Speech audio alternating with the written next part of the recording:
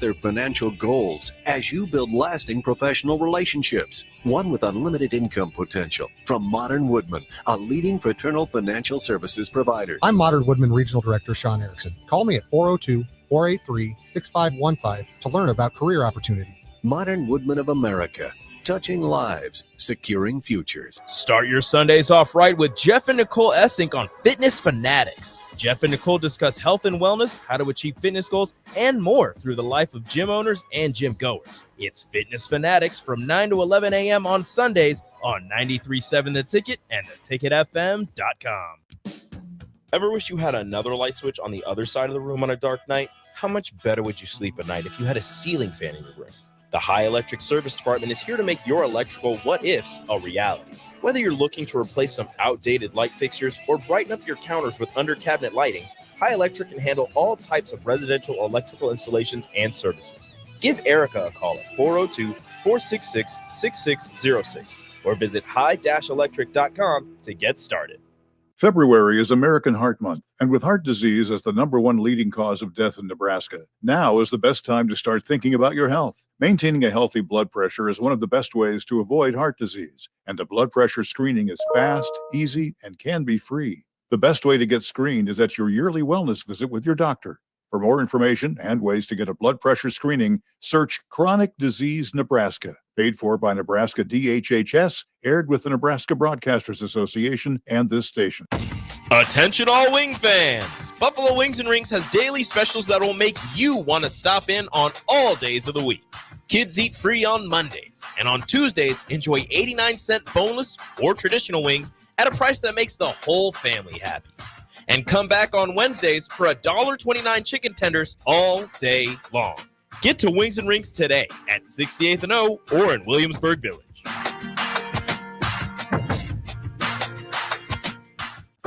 93.7 The Ticket is proud to provide listeners with daily opportunities to win contests and prizes on our airwaves, and would like to take this opportunity to remind you of a couple rules.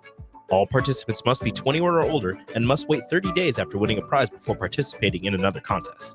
Once you win, you have 30 days to pick up your prize at the K&TK Studios, 1040 O Street in Lincoln, or your prize will be forfeit. Thank you for participating in our contest, and thank you for listening to 93.7 The Ticket.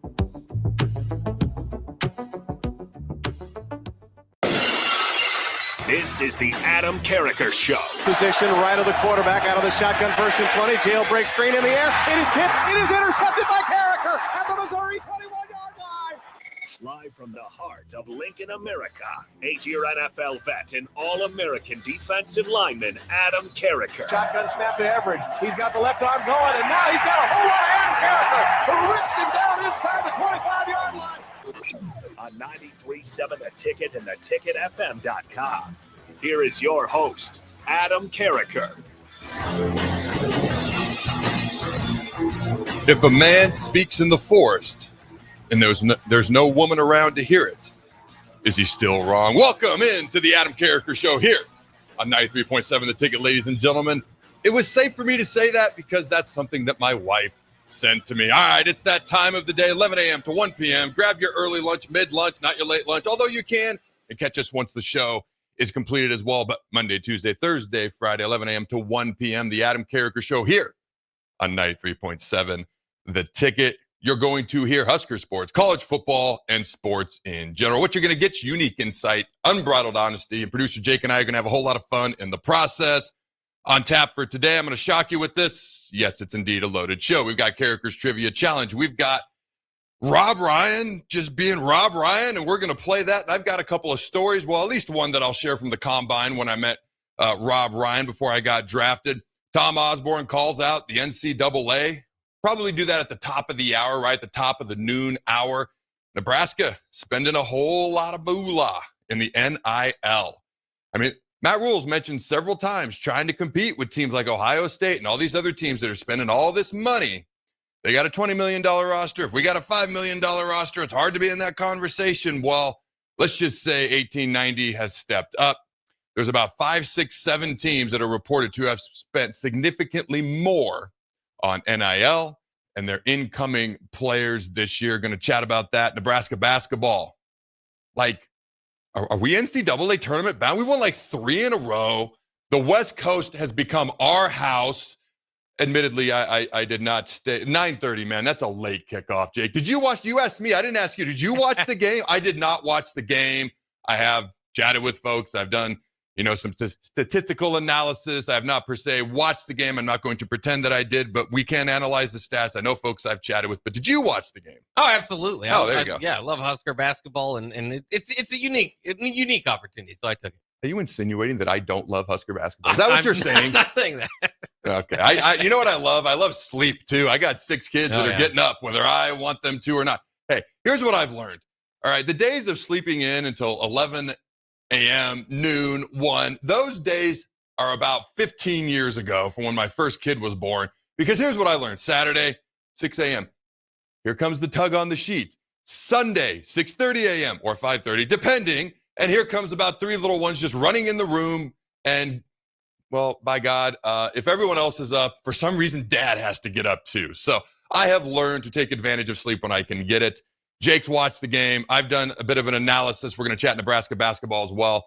But right off the top, all right, this Rob Ryan press conference at USC. So if you don't know who he is, Robert Allen Ryan, okay, born in 1962, is an American football coach who is currently assistant head coach for the USC Trojans. Ryan has served as a defensive coordinator or assistant coach for 9 different NFL teams. He was a linebackers coach for the Patriots when they won the Super Bowl. All right, let me see if I can count Roman numerals here. Super Bowl 36 and Super Bowl 38. And if you didn't know, he is the son of Buddy Ryan. And I knew he was Rex Ryan's brother. I did not know they were twins. They are twins. Do you remember Buddy Ryan, the old, Houston Oilers defensive coordinator? Didn't he take a swing at his head coach at one point on the sideline? Do you remember that? That's right. Yeah. I remember, dude, I was such a fan of him at that moment. I don't think I even knew who Buddy Ryan was. But first of all, having the name Buddy is awesome. Number 2, having the name Buddy and taking a swing at your head coach. I'm not going to promote violence. So I'll just say that I was immediately aware of who he was at that point in time, and I watched him more often after that. How about that?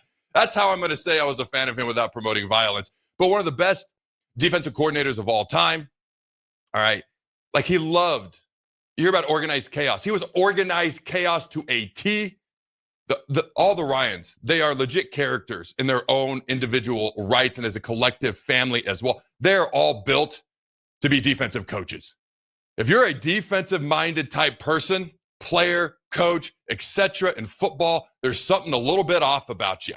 And they are built to be defensive-minded players and or coaches at some point in time. Now, Buddy's passed away, but Rex and Rob are still here with us. They need to do a movie or a docuseries or something on these guys. Okay, but I want to play this press conference. I think it just happened yesterday, all right, that he had at USC. And I've watched it.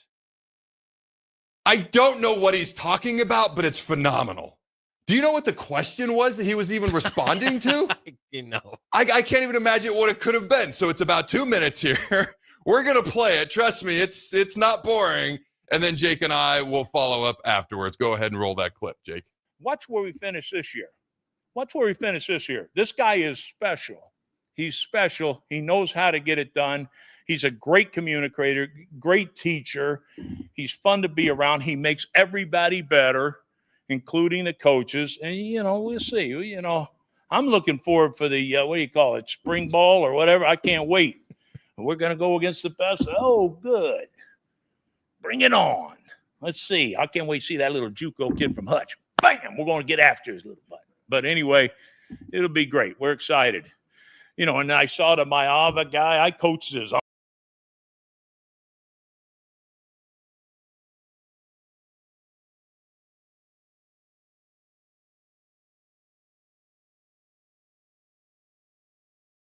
all over this kid during the OTAs.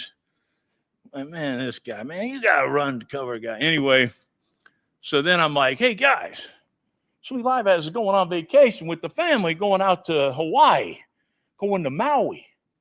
I've never been to Maui. I run things in Oahu, but I'm going to go to Maui. He's like, hey, Rob, you get in any kind of trouble now, you just tell them Kalooks.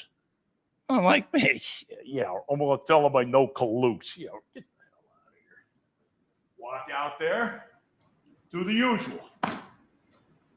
got me and the wife there. Oh, we're going to have a romantic evening. Go out there. No rent-a-car. What do you mean? You never called for the rent-a-car? I told you she's Greek. I'm like, yeah, they must have lost it. So, of course, I forgot to call. Now they're out of cars. I'm in Maui. I got no car. So what do? I know Kalooks.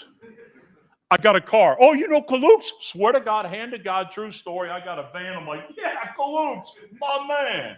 Anyway, I ended up loving the kid. He was, oh, man, is he mean as a rattlesnake. And there was a reason why that kid was captain with all those first-round draft choices. I love that guy. Ended up, looks can be deceiving. So many things to respond to there. First of all, does Rob Ryan now have connections to the mob? Like, if we get in trouble, Jake, are we just going to say we know Kalooks? Or is that only work in, what do you say, Maui? Or Yeah.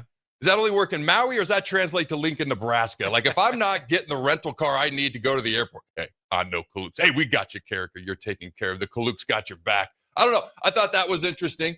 I thought he was like burying the starting quarterback, Maava, at first, and then he brought it all back around. Who he was talking about at the beginning, this guy's a great communicator. I don't know who he's talking. He's talking about Lincoln Riley, and it's only a clip. That's all I could find online. Must have been talking about Lincoln Riley. My favorite part, though, I don't think it's been talked about enough. I can't wait for that thing, spring ball, spring practice. That's what it's called, Coach. That thing in the spring where we're going to go against the best. So you mean going against yourself? Because I don't know. We'll do it. That's a little debatable who the best is there. So when I saw this, first of all, his voice comes and goes and fades because he literally is walking all over the stage if you haven't seen this. He walks off the camera like you can barely see him one or two times. He's a rather large individual, and he's comfortable with that, so I don't mind saying it. And he just kind of disappears a couple of times because he's walking all over the place. When I saw this and I heard this, you want to know what percentage of surprised I was, Jake? What percent? 0. This is the Rob Ryan that I met before at the NFL Combine before I got drafted. This is the guy who taught me like 5 defensive plays. So before the Combine, or at the Combine, when you're doing these 15-minute interviews, you go from room to room to room to room, and the teams request you. Now, not every team requests you. I was requested by a lot of teams, so I was always up till like 2, 3 in the morning doing all this stuff. You get up early at the Combine. And for me, it was one of the least enjoyable experiences I had throughout the entire draft process. Probably my least favorite part of it, mostly because, well, it's been well established, I need my beauty sleep. It's the sleep, the beauty part doesn't work yet, but we are working on that. But with Rob, like these meetings were so different from team to team to team. And I think, have I shared what the Jets meeting was like before on this show, Jake? Do you remember with Eric Mangini? Oh, yeah. I have shared that. Yeah. Ultra serious. Purposely trying to get you to screw up, show you your worst 15 plays, trying to make you feel lower than dirt. And that's just part of it. Hey, no problem. You're trying to see how we react under adverse situations and difficult situations, high scrutiny, AKA being an NFL player. And then you'd have other meetings where it was normal. There was a room full of people. There'd be one-on-one. Ultimately, my D-line coach, when I was out in D.C. with the Redskins, was Jacob Burney. At the time, he was the Broncos coach. There was no room full of people. It was me and him one-on-one. And he spent the whole freaking time yelling and screaming at me. I'm not going to lie to you. When I got traded to D.C., I didn't know who the D-line coach was. I get traded. I'm on a plane 3 hours later. Okay, we had plans that weekend in St. Louis, but they obviously got changed. I walk in the room that evening, and I see him sitting there, and I'm just like, oh, crap, it's this dude. Like, I remembered him immediately. And it was funny because whatever the look on my face was, I don't think I hit it well. He just started laughing.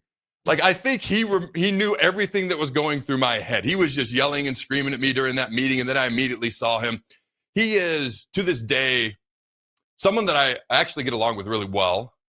He is one of the least personable coaches I've ever had in my entire life. Flat out said, we're not friends. I'm not here for you, to the entire meeting room, D-line meeting room, multiple times. Said, if I text you, you better respond. I guess people weren't responding. I don't know.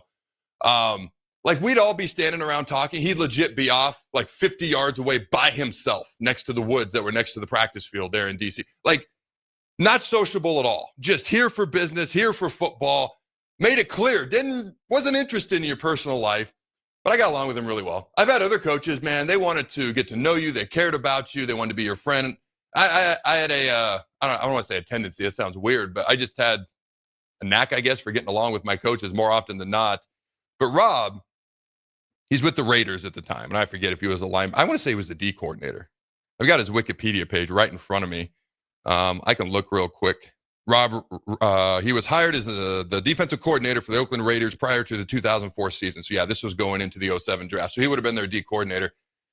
And the meeting has always stuck out in my mind because of his long hair, which is still the same. He basically looks relatively the same 18 years later. But, like, it was like a comedy club. Like, it's one of the most enjoyable 15-minute meetings I've ever had with a human being in my life. And it wasn't just him. There was, like, I think the linebackers, D-line coach was in. Like, all the defensive coaches, I think, were in there. They didn't go around the room and try to make me memorize everybody's name like the Jets did with 30 people in the room. Okay? But he's like teaching me this play, and then if I got it right, he'd legit, like, celebrate. It was like when my kids get something right in school. It's like this big celebration, you know, if you're helping them study and they're in elementary school or they're reading the big word properly. Like, he was like celebrating every time I got it right. I felt it made me happy and feel good about myself. And like, am I in elementary school again? But this is awesome. Like, you know, it was such a weird feeling. But his personality just permeated off the walls. Just happy-go-lucky, just couldn't care less what anybody thinks. Like, intense and odd in a funny way, not mean, yet, like, I think I got one wrong, and he just kind of stared at me, and I was like, oh, well, crap. Now he looks like he wants to kill me. So it was one of those things where I could see that he would be very relatable to a lot of players. Now that he's in college, I would suggest learning, like, what spring ball is and things of that nature. Been in the NFL for a very, very long time. But I could see him relating to college kids very, very well. Big personality. Very easygoing yet demanding, entertaining yet personable. I really walked out of there, you know, the 15 minutes I spent with him, kind of hoping I'd get drafted by the Raiders and really hoping I didn't get drafted by the Broncos. And then I ended up with Coach Bernie anyways in DC, and actually got along with him really, really well. He had some of the more entertaining one-liners I've ever heard in my life. I will have to write some down and see what I can and cannot share on the show in the future. Off the top of my head, I don't want to just start spouting them out and then, you know, we get in trouble for something. So I'll have to write them down at one point and be like, this one's okay, this one's not, things of that nature. But all right, you got any? I don't know. What do you think of that? What do you think of the press conference, Jake, or the clip that we played from the press conference? Like, if you don't know him that well, and I'm not, again, 15 minutes is all I had with him. But if you don't know him that well, what's your impression walking away? Like, you're a USC player watching that. Your thoughts are our new associate head coach is a rambler is probably what I would say. He just, I don't know what the question was, but I'm sure it had nothing to do with where he got to. But yeah, I mean, he's really enjoyable. He's a lot of fun to listen to. It's interesting to see him back in college ball. I think his last college stop was Oklahoma State in 1999. So that's a long time. And, he's just a football guy, right? There's just certain people that's like, that's a football guy. He's starting talking about Hutchinson, you know, a kid coming in from Hutchinson. That's my favorite part. Is this guy's ready for spring ball. He doesn't know what it is, but he's ready for spring ball, ladies and gentlemen. You want to feel old, Jake? How old are you? 34. You're that much younger than me? Yeah. I'd asked you that before. I thought you said like 38 or 39. All right, I'm 40. Well, do you want to feel old? Even though you're not old. That's not old. 40's not old either, despite what my children tell me all the time. Donovan McNabb Jr. is a wide receiver who is now being recruited by colleges. Donovan McNabb's son. I remember watching him get drafted. Oh, yeah. And mercilessly booed by the Eagles fans. I think that turned out all right for them. And then Devin Fitzgerald, 6'2", 185-pound wide receiver, Larry Fitzgerald's son, is now being recruited out of high school for colleges. That's crazy. So when Larry was, training to get drafted, think about that. He was training to get drafted. That was when I met him. So Dave Kennedy, who we've had on the show, I think about a month ago, my former strength coach at Nebraska. He was the strength coach at Pitt. He was strength coach at Ohio State. Guys like Joey Galloway, Orlando Pace, etc. During his time at Pitt, Larry Fitzgerald was there. And so apparently Larry hired Coach K to train him before the NFL draft, before he was going to get drafted. So he was in Lincoln, Nebraska, the entire pre-draft process, at least training for the combine and his pro day. So we'd be in there doing winter conditioning I'm pretty sure I was going to be a sophomore. Pretty sure that's right, because I don't think I'd started yet. But I'd obviously watched Larry Fitzgerald. I'd played with him on the video game. The guy caught everything. Just throw it up. It didn't matter. He was catching everything. And that's about as accurate as you're going to get to real life, by the way. And he's in there and he's training. The dude was legit, like the opposite of Rob Ryan in about every way, from very quiet. And I'm not saying Rob's not humble, but very humble, very quiet, just a calm demeanor. Just went about his thing. Like, I'd watch him from afar. Dude was busting his butt. He was really in there by himself. Like, that's how highly he thought of Dave Kennedy to train him. And we used to do really heavy lunges back in the day. Not walking lunges, but like you're just standing there, you step forward and you push back. Like you're stationary, you're stepping forward and pushing back. And he was the first person I ever saw do 405 on those. I've seen people do 315 pounds with walking lunges. Like, I've seen a video of Kyle Vandenbosch, a freaking defensive end, doing it. I remember the first day I did 315, and then I did 365, and guys like Stuart Bradley did 365. And then I'm like, man, Larry's a freaking receiver over here doing 405 on lunges. It was mind-blowing to me how strong he was, how hard he worked. And I don't know that I ever spoke to him, because we were always in our groups during winter conditioning. I didn't want to bother him. You know, if somebody went up and talked to him, he was always personable. But my rookie year, so that probably would have been going into the 04 season. So my rookie year, 07, about 4 years, 3-4 years later, the Cardinals, the Rams, were division foes. We play each other twice a year. And it was the first time we played them. They came to St. Louis. We were playing inside the Edwards Jones Dome. And in between one of the plays, I don't know, I'm getting up off the pile. I'm walking back to the huddle, and Larry's like going to walk right by me, and we make brief eye contact. And I'm pretty sure it's the only words we've ever said to each other. He goes, "Hey, Adam, congratulations." And then just walk back to the huddle. What that meant, because it was like the first, second, third game of the year, what that meant was, hey, congrats on doing so good in college. Congrats on being a first-round pick. Good to see you out here. But it was just like, hey, Adam, congratulations. And he just walked on by. Just like, I don't know how to describe it. It's like when you're around somebody and it's just like a really cool moment. That was just like a really cool moment from a guy that I honestly had no idea if he knew who I was, because I hadn't even started a game yet when he was training at Nebraska. So I thought that was pretty cool. Oh, man. I was trying to think of, because obviously Larry, his son, I was trying to think, I've got a bunch of stories about Donovan, because his son is someone we just mentioned too. I've already shared the 315. I'll be honest with you, the first about third of the season that Donovan was in DC, like I remember Shanahan, we were going to go play the Eagles, and he's like, win this game for that guy. If you don't love that guy, then you don't love football and you don't love this team, pointing to Donovan, because that was his old team. I think we were going back to Philly was the first game, or maybe it was at home. I can't remember, but like this was a big deal for Donovan to play against the Eagles after, you know, they'd made it to 5 straight NFC championship games at one point. They'd played in a Super Bowl. And I remember it went from that to right before our bye week after the Lions game. Hey, we can't go no huddle because our quarterback is so out of shape. I'm paraphrasing. I talked about that, I think about a week ago on this show. To by the end of the year, there was straight up animosity between Shanahan and Donovan. And so a lot of the stories I have a very positive impression of Donovan, but there's a lot of frustration in there when it comes to Donovan's part of things, because it kind of turned and things weren't going great, which is why he was only with us for a year in DC, and, you know, drafted this guy named Robert Griffin III, traded, I pretty much think, North and South America to get up in the draft and get him. But to me, you know, Donovan was always one of those guys.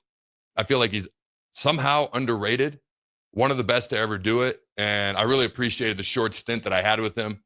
You know, as time goes along and things fade, you know, maybe I can share some more of those stories. But there was just a lot of frustration after about the first 7 to 8 games during his time in DC, and I kind of felt bad for him. But with Rob Ryan, dude, I am now going to be tuning into way more USC football games.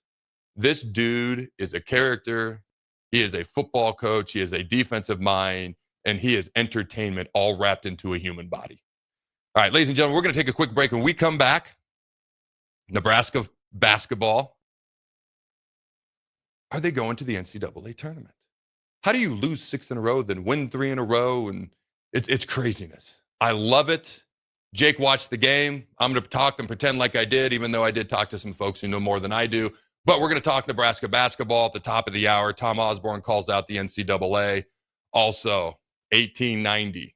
They are doing their part to try to help Nebraska win football games. Will the results show it on the field? Don't go anywhere. We'll be right back. Hello. Angela, we have to break up. But why? Because you're a robot and I'm just a guy trying to get better internet. It's Ella Fiber, isn't it? I always knew you wanted faster speeds. My contract isn't good enough for you. Face it, Angela, they let me talk to real people. Press 4 to break my heart. Oh wait, you already did. Visit allofiber.com to switch today.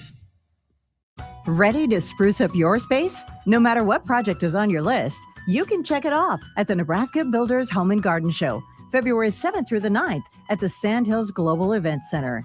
With over 200 businesses under one roof, you'll find the latest in home innovations and experts to handle your dream projects. Admission is just $10, and children 12 and under are free. For more information, visit the Home and Garden Show online at hbal.org. Hi everyone, Kendall Warnock, A1 Automotive in downtown Lincoln. The last few years have been wild, but we've been here for you through all the ups and downs, and we'll be here for you when you need us the most. For all your travels and for your day-to-day driving. With winter conditions causing problems all over town, the last thing anyone needs this year is constant car troubles. Let us help you drive in peace and make sure you drive to work and to winter destinations safe. A1 Automotive, 11th and L Street downtown, always honest answers. Empower a child today with the Teammates Mentoring Program. Hope is only a conversation away when you choose to share your talent, time, and heart with a child. Together, you can build a relationship based on strengths and chart a brighter future, 1 week at a time. Find out how you can be a mentor by visiting lincolnteammates.org. Become what you needed as a kid by joining the Teammates Mentoring Program today.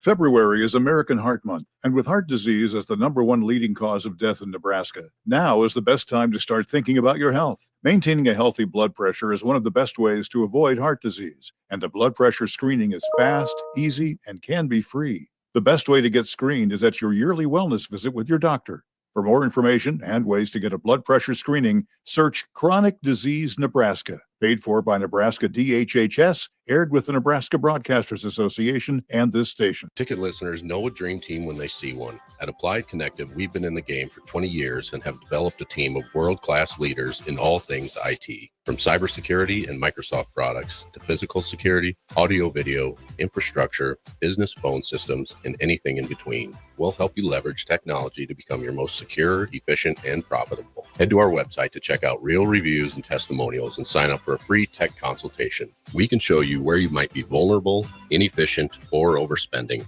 It's a game changer, and it's totally free. Claim yours right now at appliedconnective.com.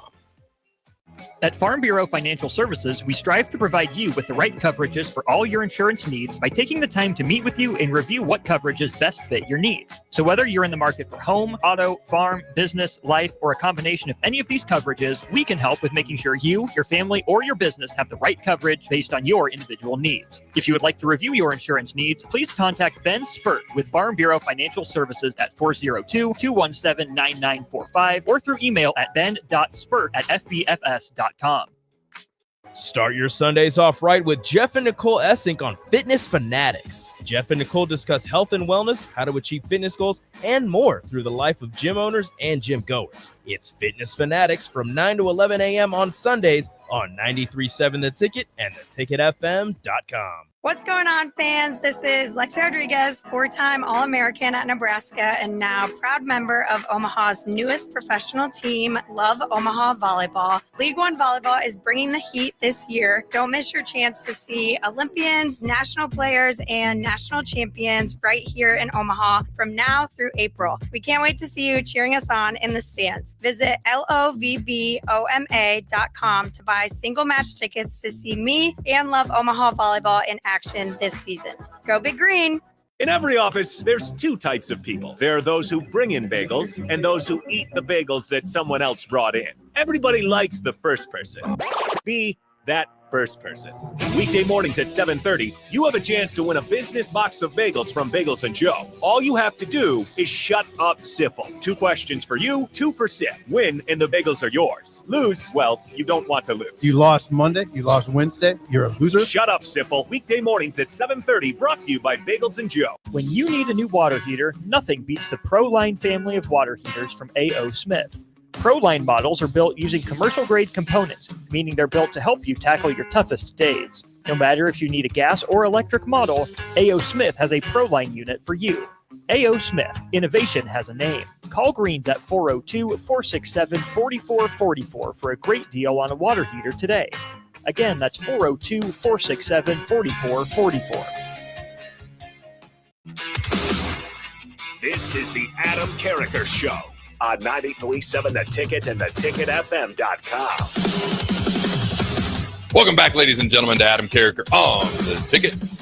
This segment is sponsored by our good friends at Mulberry Barbecue at 11th and Corn. Husker open Monday through Saturday from 11 a.m. to 8 p.m. Try their burnt-in sandwich, a brisket burrito, barbecue nachos, a full slab of ribs, a half-smoked chicken, and much more, plus incredible size. Get fueled for lunch today or make dinner plans at Mulberry Barbecue by Single Barrel, located at 11th and Corn. Husker. And actually, they're opening up a new one out by our house. I don't know the exact address, but there was a Dickies out there that is no longer, and the sign says Mulberry's is coming. So Mulberry's is apparently doing so well, making so many people happy that they are expanding and growing. All right, Jake. Anything off the text line, anything newsworthy on your end before we dive into actually a little bit of Nebraska volleyball briefly and then basketball? Yeah, let's get to the text line real quick. You can always chime into the show, 402-464-5685 on the Sartor Heyman Jewelers text line. Just some thoughts here about Buddy Ryan. IQ Crew says, I do believe Buddy Ryan was the mastermind DC of the Bears when they won the Super Bowl. David from Renew also shouts that out. And Old Dad 34 says he swung at his offensive coordinator. Oh, well, that makes even more sense. A defensive coordinator is always going to be mad at the offensive coordinator. Yeah, that's right. The 85 Bears, right? Yeah, I forgot about that. All right. Any other news real quick? Well, there's a few things I want to get your thoughts on. So obviously after we have heard that the spring game is at least going to be altered, Texas now there's a report out of Texas that they could cancel the orange-white spring game as well in 2025. Of course, that would be another big brand. Steve Sarkisian kind of went into depth a little bit more about it because he thinks they need to get closer to an NFL model. So maybe we just don't have spring ball anymore. Maybe we have OTAs and mini camps and we adjust it completely. He says we're at the beginning stage of something that is brand new to us right now. I mean, everything is becoming more and more NFL. So I had not heard that. I don't know why. I'm a little bit like, why can't you have a normal spring practice? That's up to why do you just so people know OTAs, you get 15 OTA practices, organized team activities. That's what that means. You have meetings, you lift, you go practice about 4 hours a day. You get 15 of them in the NFL. And then if you have a returning head coach, it's one mandatory 3-day mini camp. If you have a new head coach, you can have three, hold on, let me say this right. 3 mini camps that are mandatory. All of them are 3 days long. So obviously only if you have a new head coach, you're going to have more of those, but you're not in pads. You're not even in half pads. You're in helmets and jersey. Why can't we be in pads? If you want a scrimmage or not, that should be up to the coach. I don't understand why every freaking thing has to copy every freaking thing from the NFL. If I want to watch the NFL as much as I watch college football, I'll go watch NFL all the time. It's because of the money. It's because you got to protect the athletes. I understand all the answers. There is one thing that's interesting to me because I did not get behind the whole injury thing. And I kind of explained why. Yes, I know we had 2 guys tear their ACLs last year. I've already explained multiple times how you could put on a safe spring game. I believe I pointed out, hey, the Senior Bowl still happens. Those guys are trying to get drafted very, very soon, as opposed to in the middle of, April, where you've got all these months to recover, etc., depending on how serious the injury. Obviously, nobody wants a serious injury, but I'm just talking about if you're banged up. Okay, the Senior Bowl, the East West Shrine Bowl, all these games. The Polynesian Bowl for kids coming out of high school. Why are we still doing that? But we can't do some sort of a spring game. I've already explained how it could happen, which is why I didn't fully get behind the injury thing. But when Matt Rule came out and talked about, well, there's players on our roster that teams weren't aware of. Then all of a sudden they saw them in our spring game last year, and now I had to try to protect our whole roster because everyone's trying to take all of our players. I was like, that's something I can understand. That's something that makes sense to me. And I've shared this before.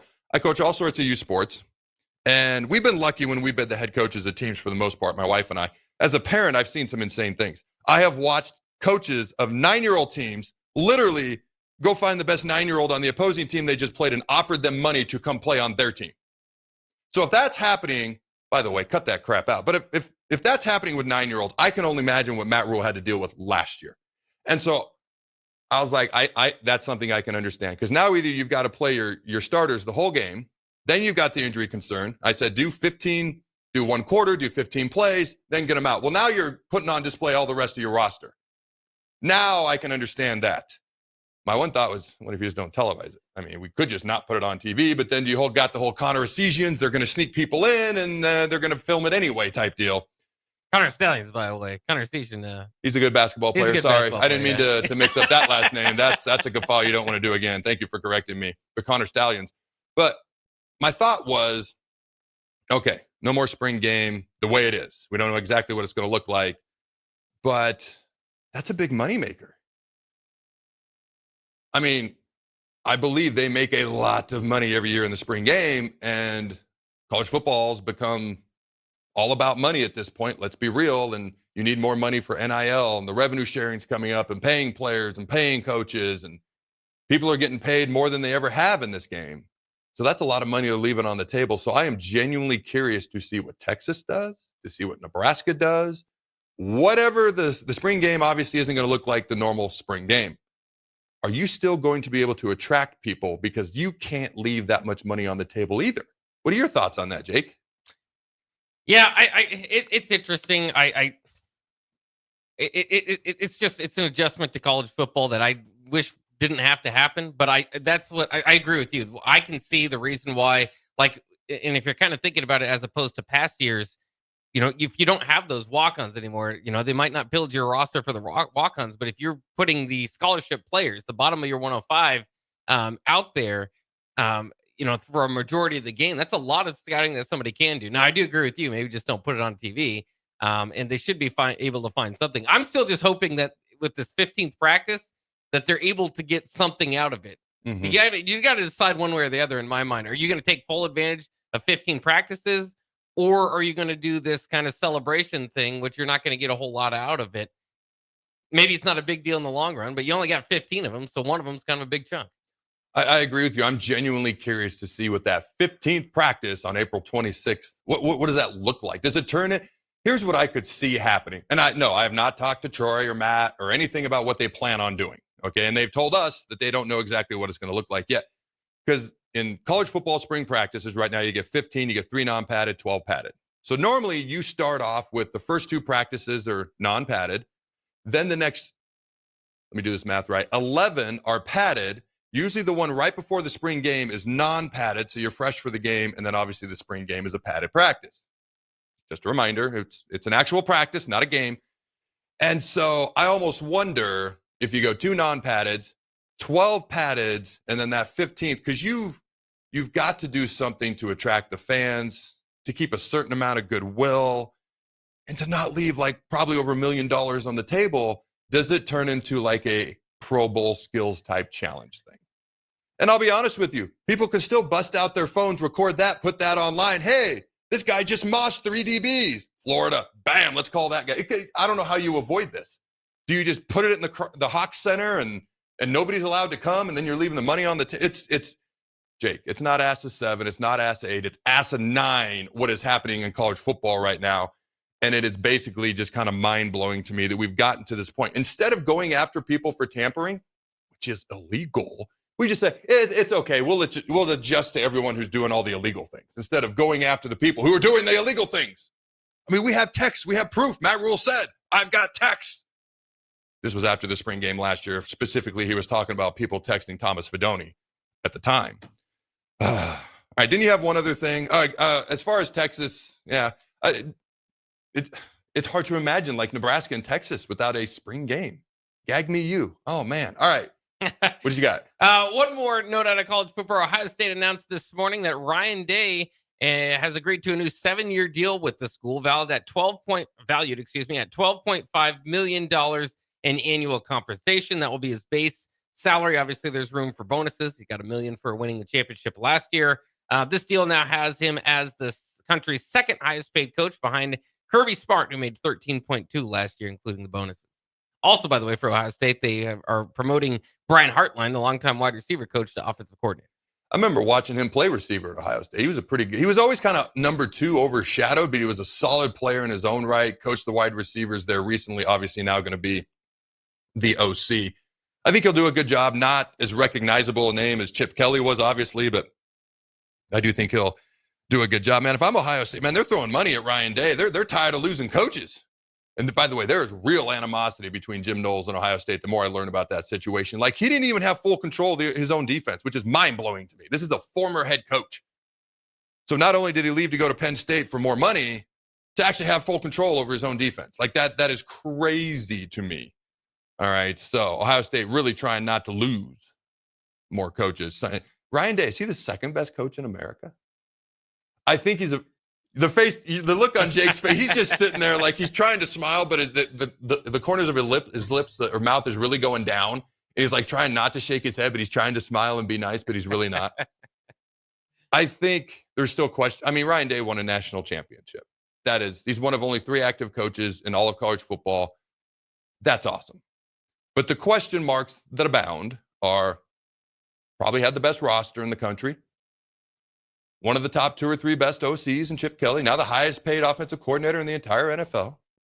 Now the highest paid D coordinator, Jim Knowles, in the entire college football at Penn State. Now we learn what Ryan Day can do. Now, had they just gone through and been undefeated and mollywopped everybody, or just lose by 1 point to Oregon in Eugene on the road, they came down to the last play and beat Michigan instead, I think this whole thing's viewed differently. I think that Michigan game just creates so many more question marks. They won the national title. They were the hottest team in America at the right time, and it wasn't even a question. But they were the 4th best team in the Big Ten in the regular season. I think that's just like Ryan Day's a national championship winning coach. And I've sat here and I said, I am happy for him, but I think there's still question marks. And now we're going to learn more about Ryan Day as a coach. He's going to try to earn. Can he earn that $12.5 million with the equivalent amount of wins that you're supposed to get with something like that? I did not leave a lot of time for volleyball and basketball. So here's what we're going to do. Luckily, this show is now 2 hours. So we have plenty of time to dive into anything that we would like. So when we come back, I want to do a couple of things. Number 1, Carriker's Trivia Challenge. All right. We do this daily now. You are brought on air. You get 3 questions. I get 3 questions. Hopefully it stops there because Jake's god-awful tiebreaker still exists. I'm going to take time out of my life at some point. I'm going to come up with a different one. Until then, I'm just going to whine and complain. All right. Our prize for the Daily Trivia Contest is a $100 gift certificate to Automotive Solutions, 2040 Southwest 5th Street here in Lincoln. All right, give them that number they can call into, Jake. 402-464-5685. Call that number. Be the first person to call in. Take on yours truly. Win a prize. Ladies and gentlemen, don't go anywhere. When we come back, it's Nebraska basketball, volleyball. We're going to have a whole lot of fun. We'll be right back. Ever wish you had another light switch on the other side of the room on a dark night? How much better would you sleep at night if you had a ceiling fan in your room? The High Electric Service Department is here to make your electrical what-ifs a reality. Whether you're looking to replace some outdated light fixtures or brighten up your counters with under-cabinet lighting, High Electric can handle all types of residential electrical installations and services. Give Erica a call at 402-466-6606 or visit high-electric.com to get started.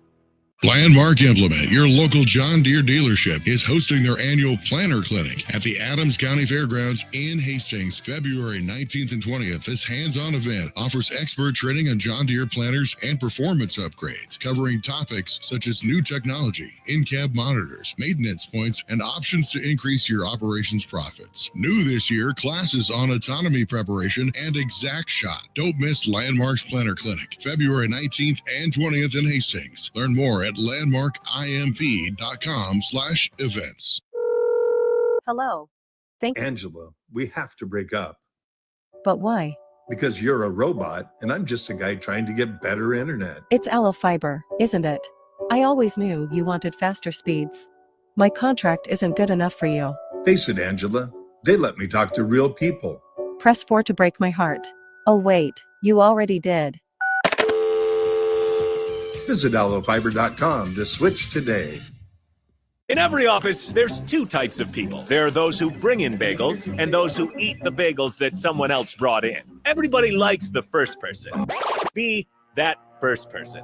Weekday mornings at 7:30, you have a chance to win a business box of bagels from Bagels & Joe. All you have to do is shut up, Sipple. 2 questions for you, 2 for Sip. Win, and the bagels are yours. Lose, well, you don't want to lose. You lost Monday, you lost Wednesday, you're a loser. Shut up, Sipple. Weekday mornings at 7:30, brought to you by Bagels & Joe. If you're a veteran, our nation has created a wide range of benefits to thank you for your service. But it can be difficult to navigate the process of determining eligibility, filing claims, appealing decisions, and securing the benefits you've earned. Speak to your County Veteran Service Officer or the Nebraska Department of Veterans Affairs State Service Office to see what's available to you and your family. These services are 100% free. So visit veterans.nebraska.gov today. Sponsored by the Nebraska Department of Veterans Affairs, aired with the Nebraska Broadcasters Association and this station. Have you heard about Advanced Medical Imaging Surgery Center?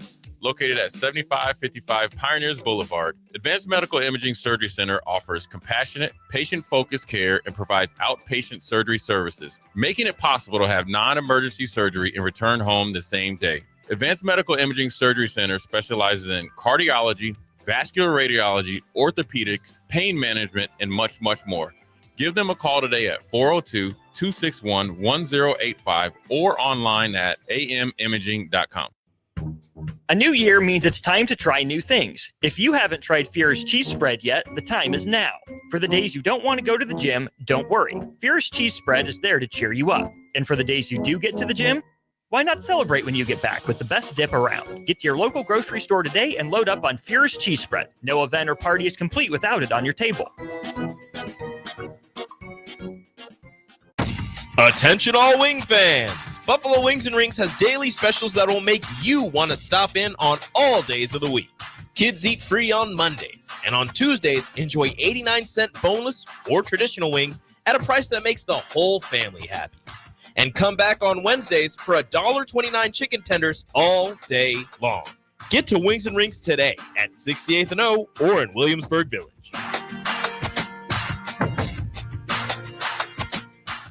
Ready to spruce up your space? No matter what project is on your list, you can check it off at the Nebraska Builders Home and Garden Show, February 7th through the 9th at the Sandhills Global Event Center. With over 200 businesses under one roof, you'll find the latest in home innovations and experts to handle your dream projects. Admission is just $10, and children 12 and under are free. For more information, visit the Home and Garden Show online at hbal.org. If you're in Seward or Milford, listen up. Select Plumbing is now servicing your area with no trip charges from Lincoln. Select Plumbing works on a variety of issues for your home and business, including general plumbing, water heaters, faucet and fixture repair, underground sewer and water repairs, backflow testing, and more. Keep your property free from leaks and other issues. Call today for a free estimate, 402-560-6197. It's not just Lincoln, Waverly, and the surrounding area anymore. It's also Seward and Milford with no trip charges. Contact Select Plumbing to inquire at 402-560-6197. When you need a new water heater, nothing beats the ProLine family of water heaters from A.O. Smith. ProLine models are built using commercial-grade components, meaning they're built to help you tackle your toughest days. No matter if you need a gas or electric model, A.O. Smith has a ProLine unit for you. A.O. Smith, innovation has a name. Call Patriot Plumbing at 402-464-7411 for a great deal on a water heater today. Again, that's 402-464-7411. Why are some people more successful? Is it talent and determination, or did they recognize an opportunity? Discover a career that lets you help families reach their financial goals as you build lasting professional relationships, one with unlimited income potential. From Modern Woodman, a leading fraternal financial services provider. I'm Modern Woodman Regional Director Sean Erickson. Call me at 402-483-6515 to learn about career opportunities. Modern Woodman of America, touching lives, securing futures. This is the Adam Carriker Show on 93.7 The Ticket and theticketfm.com. Boom! Welcome back, ladies and gentlemen, to the Adam Carriker Show here on 93.7 The Ticket. Again, Carriker's Trivia Challenge is upon us. Be the first person to call in. We'll bring you on air. You get 3 questions. I get 3 questions. You can win the prize, $100 gift certificate to Automotive Solutions. What's that number, Jake? 402-464-5685. It stays the same. All right. Now, this is not new news, but I don't have a show on Wednesday. So just to get caught up, Jalen Reyes and Kelly Hunter have signed new contracts, Nebraska volleyball, that will keep them at Nebraska through January 31st, 2026. In parentheses, this is Lincoln Article on X. Says 1-year deals are common for assistants. Reyes will make $170,000, while Hunter will get $125,000, which is the same amount they were paid this past year. And so we had talked about when it was reported a while back that the only 2 women's sports programs in college this year to make money on their ticket sales, okay, UConn's women's basketball and Nebraska volleyball are the 2 women's college teams to eclipse 2 million in ticket sales, all right, for the most recent season per at Sportico database on X. Now, Arniol again quote tweeted that and put out total sport profit and loss for ticket sales leaders. UConn's women basketball, despite over 2 million in sales, actually lost $4.5 million, which is crazy to me. I'm still rooting for UConn to get back on top and win a national title again. They were so dominant for so long. All right, Wisconsin volleyball lost 1.2 million. Oklahoma softball, which has won 4 straight national championships. Can they make it 5? All right. Can you just imagine Nebraska playing Oklahoma in the Women's College World Series and Jordy Ball's on the mound? I mean, I'm just saying. Wow. I hope that moment happens. I don't want to put Jordy in like a bind, but I just want that moment to happen. Oh, it'd be fun. All right. Oklahoma softball still lost $2.8 million. Iowa women's basketball minus with, I think this is with Caitlin Clark from a year ago. I could be wrong. Anyways, lost $3.8 million, but Nebraska volleyball made $1.342 million. So seems like, again, the only women's sports program to be in the green when it comes to money. I hope we get more of them to join them, Nebraska volleyball, and making money in the future. Now, Nebraska basketball.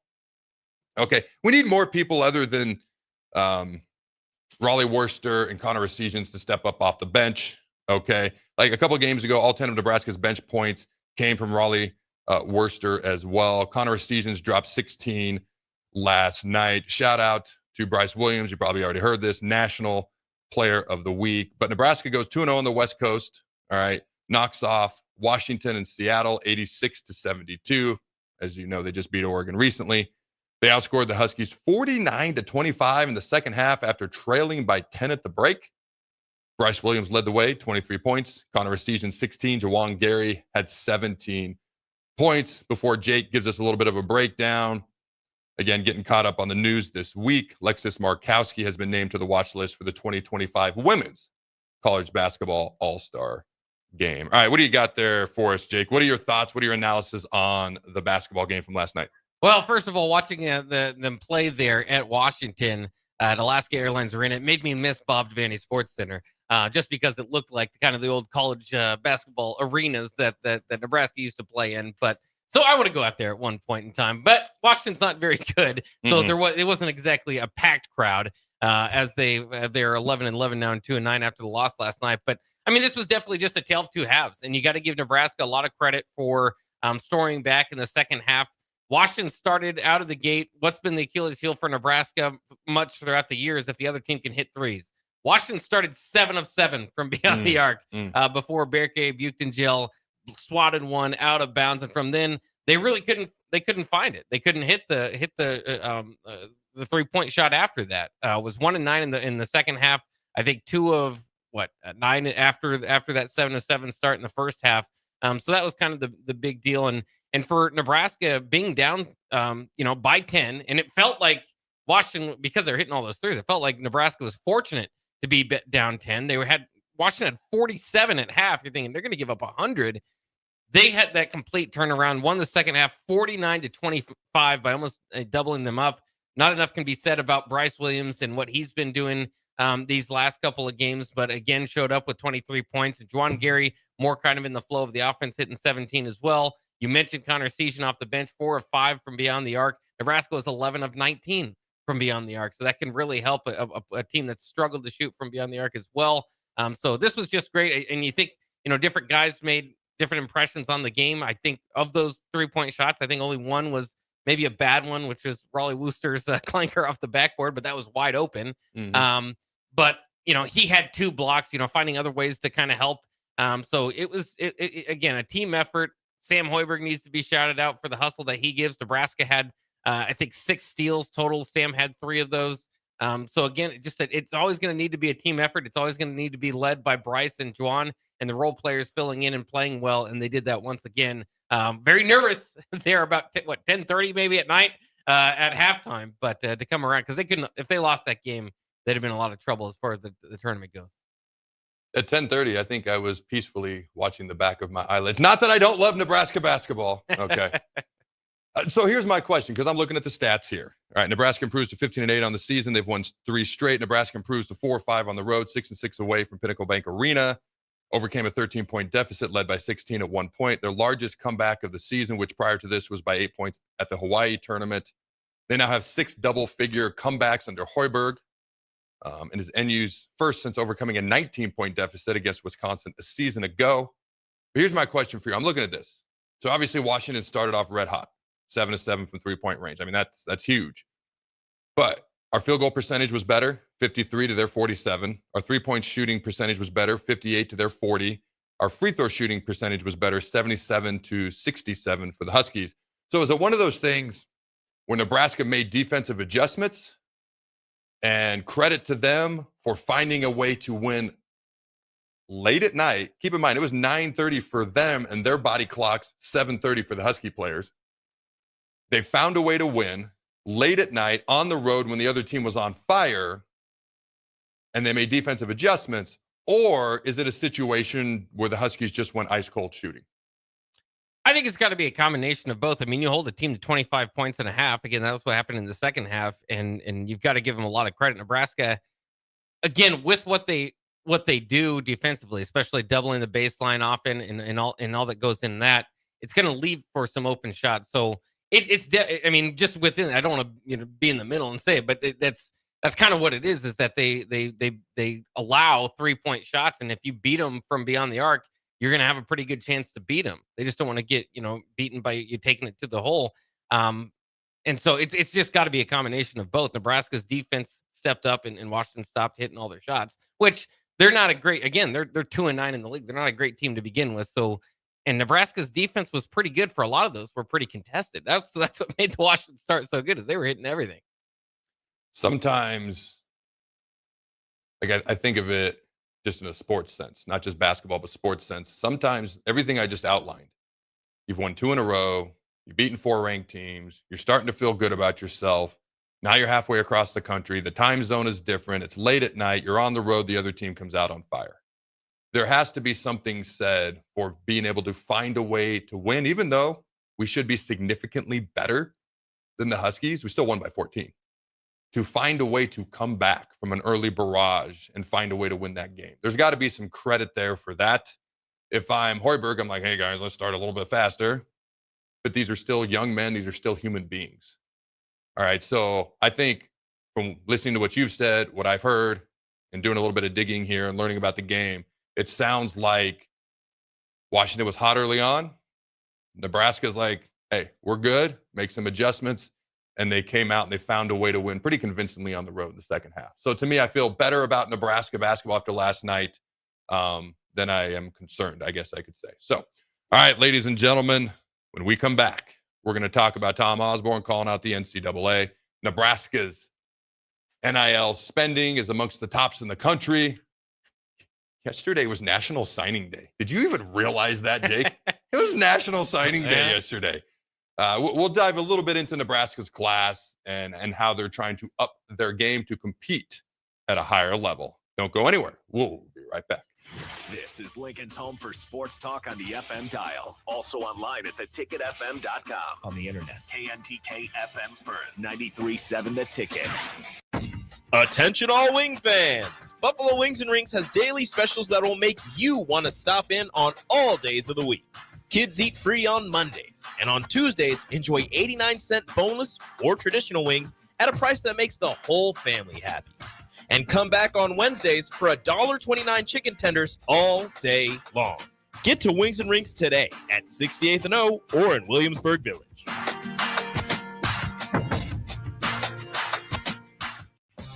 The electrical workers of Local Union 265 are now hiring licensed journeyman electricians from $32.50 to $42.50 per hour with paid benefits. And if you're looking for a new career, they're hiring apprentices at $19.50 per hour with paid benefits. Call the office at 402-423-4497 to apply. Start your electrical career today.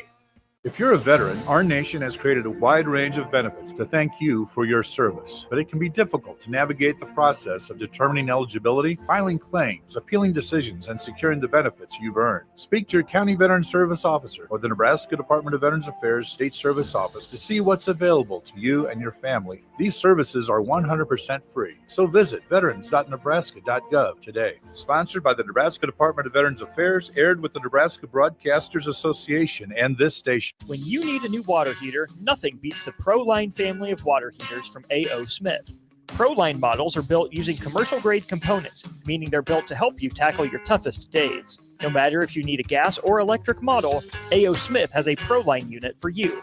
A.O. Smith, innovation has a name. Call John Henrys at 402-435-5555 for a great deal on a water heater today. Again, that's 402-435-5555. If you want to make new floor shopping easier, come to O Street Carpet. Hi, I'm Steve Carper. Our flooring professionals can help you choose the best flooring for you, your family, and your budget. We eliminate the confusion. Even better, you'll be enjoying your new flooring much sooner. No 6 or 8 week waits. We'll install right away and save you money on installation. Floor shopping made easy every day at O Street Carpet. O Street Carpet. 1732 O Street. Family owned and operated. Always the best value. Rashawn Jackson here for Bauer Infrastructure, a veteran-owned local company proudly serving Lincoln, Lancaster County, and the surrounding areas. Bauer provides quality work at an affordable price, and they're growing rapidly. If you want to experience a career with a fast-paced, family-friendly environment, visit BauerInfrastructure.com. They have top-of-the-line benefits, year-round work, even through the winter. Bauer, usher in the new era of infrastructure to an area near you. And as always, go Big Red. Ready to spruce up your space? No matter what project is on your list, you can check it off at the Nebraska Builders Home and Garden Show, February 7th through the 9th at the Sandhills Global Event Center. With over 200 businesses under one roof, you'll find the latest in home innovations and experts to handle your dream projects. Admission is just $10, and children 12 and under are free. For more information, visit the Home and Garden Show online at hbal.org. Have you heard about Advanced Medical Imaging Surgery Center? Located at 7555 Pioneers Boulevard, Advanced Medical Imaging Surgery Center offers compassionate, patient-focused care and provides outpatient surgery services, making it possible to have non-emergency surgery and return home the same day. Advanced Medical Imaging Surgery Center specializes in cardiology, vascular radiology, orthopedics, pain management, and much, much more. Give them a call today at 402-261-1085 or online at amimaging.com. In every office, there's two types of people. There are those who bring in bagels and those who eat the bagels that someone else brought in. Everybody likes the first person. Be that first person. Weekday mornings at 7:30, you have a chance to win a business box of bagels from Bagels & Joe. All you have to do is shut up Sipple. 2 questions for you, 2 for Sip. Win and the bagels are yours. Lose, well, you don't want to lose. You lost Monday, you lost Wednesday, you're a loser. Shut up Sipple. Weekday mornings at 7:30, brought to you by Bagels & Joe. Hi everyone, Kendall Warnock, A1 Automotive in downtown Lincoln. The last few years have been wild, but we've been here for you through all the ups and downs, and we'll be here for you when you need us the most. For all your travels and for your day-to-day driving. With winter conditions causing problems all over town, the last thing anyone needs this year is constant car troubles. Let us help you drive in peace and make sure you drive to work and to winter destinations safe. A1 Automotive, 11th and L Street downtown, always honest answers. Ticket listeners know a dream team when they see one. At Applied Connective, we've been in the game for 20 years and have developed a team of world-class leaders in all things IT. From cybersecurity and Microsoft products to physical security, audio-video, infrastructure, business phone systems, and anything in between. We'll help you leverage technology to become your most secure, efficient, and profitable. Head to our website to check out real reviews and testimonials and sign up for a free tech consultation. We can show you where you might be vulnerable, inefficient, or overspending. It's a game changer, and it's totally free. Claim yours right now at appliedconnective.com. February is American Heart Month, the perfect time to focus on your health. Even a small change can make a big impact on your heart health. Try adding a vegetable to your dinner or a no-salt seasoning. Looking for support in making these small changes? Join a healthy living program to learn about healthy lifestyle changes with a supportive and encouraging group. Search Chronic Disease Nebraska for more information. Paid for by Nebraska DHHS, aired with the Nebraska Broadcasters Association and this station. This is the Adam Carriker Show. Position right of the quarterback, out of the shotgun, 1st and 20. Jailbreak screen in the air. It is tipped. It is intercepted by Carriker at the Missouri 21-yard line. Live from the heart of Lincoln, America, 8-year NFL vet and All-American defensive lineman Adam Carriker. Shotgun snap to Everidge. He's got the left arm going, and now he's got a whole lot of Adam Carriker, who rips him down inside the 25-yard line. On 93.7 The Ticket and theticketfm.com. Here is your host, Adam Carriker. All right, welcome back, ladies and gentlemen, to the Adam Carriker Show here on 93.7 The Ticket. Check out all things 93.7 The Ticket at theticketfm.com. Also, YouTube, social media, podcast platforms, everywhere, ladies and gentlemen. If you're so inclined, the Carriker Chronicles as well, carrikerchronicles.com. Also on YouTube. Simply type in Carriker Chronicles. All right, we're going to talk about Tom Osborne, things he said about the NCAA, what the Big Ten and SEC could potentially do in the landscape of college football. Nebraska's NIL collective has stepped it up. All right, that's why we're seeing the number 1 Big Ten transfer portal class and the number 5 transfer portal class in the country and the top 20 high school recruiting class in the country. And I still remember Matt Rule's signing day press conference. He actually was a couple minutes late, which he's never late. A couple minutes late. I don't want to say a couple minutes late, but like we were like waiting on him to get on the stage because we all knew like there was a little bit of shenanigans behind. Basically, Jeremiah Jones. Missouri was trying to get Jeremiah Jones. All right, a 4-star DB, all-around great athlete at the last minute. They had to ensure that he was still coming to Nebraska. And so the collective had to dish out a little bit more. At least that's what we all believe happened, okay, in order to keep him coming here. But they've done that. And I can only imagine the behind-the-scenes stories. Someday Matt Rule should write a book about just this offseason alone. Just this offseason.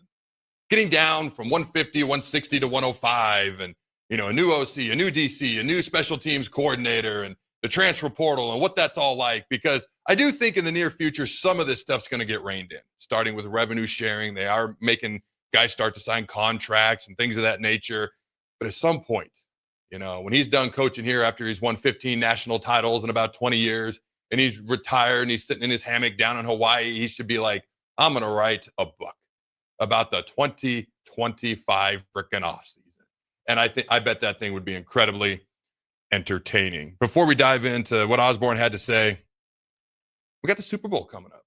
And we're going to dive more into the Super Bowl tomorrow. Which college do you think, Jake, I'm staring at the top 10, has had the most amount of players appear in a Super Bowl? In a single Super Bowl? All of them. Oh, okay, in all of them. Because the number I'm looking at, there's no way they were all in one Super Bowl. Yeah. There's a hint. Alabama.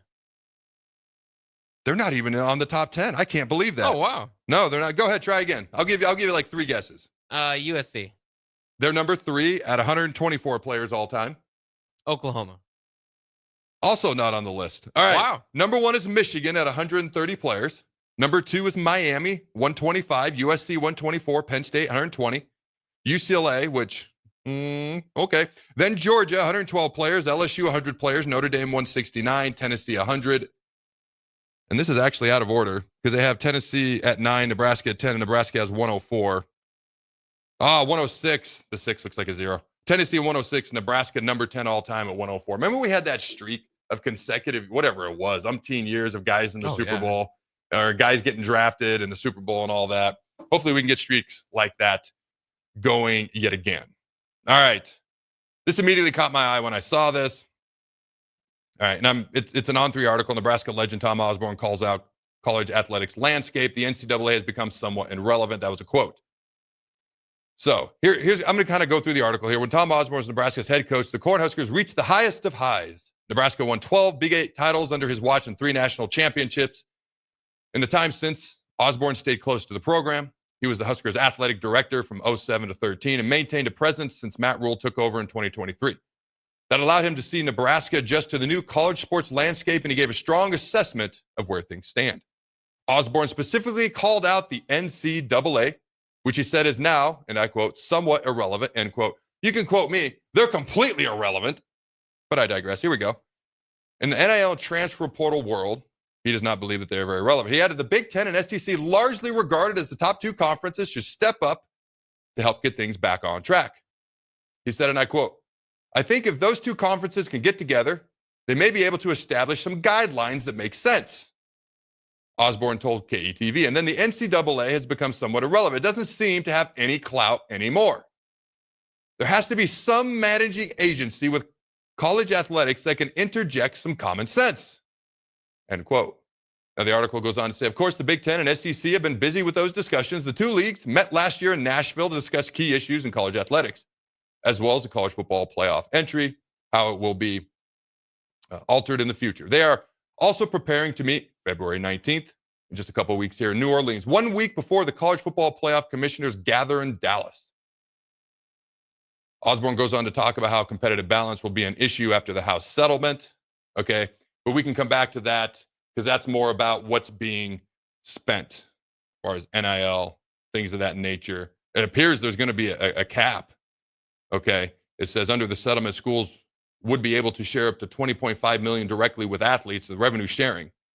Okay, most Power 4 schools expected to share between 15 to 17 million on their football rosters, but I want to come back to that in a minute. The NCAA is reaping what they've sowed.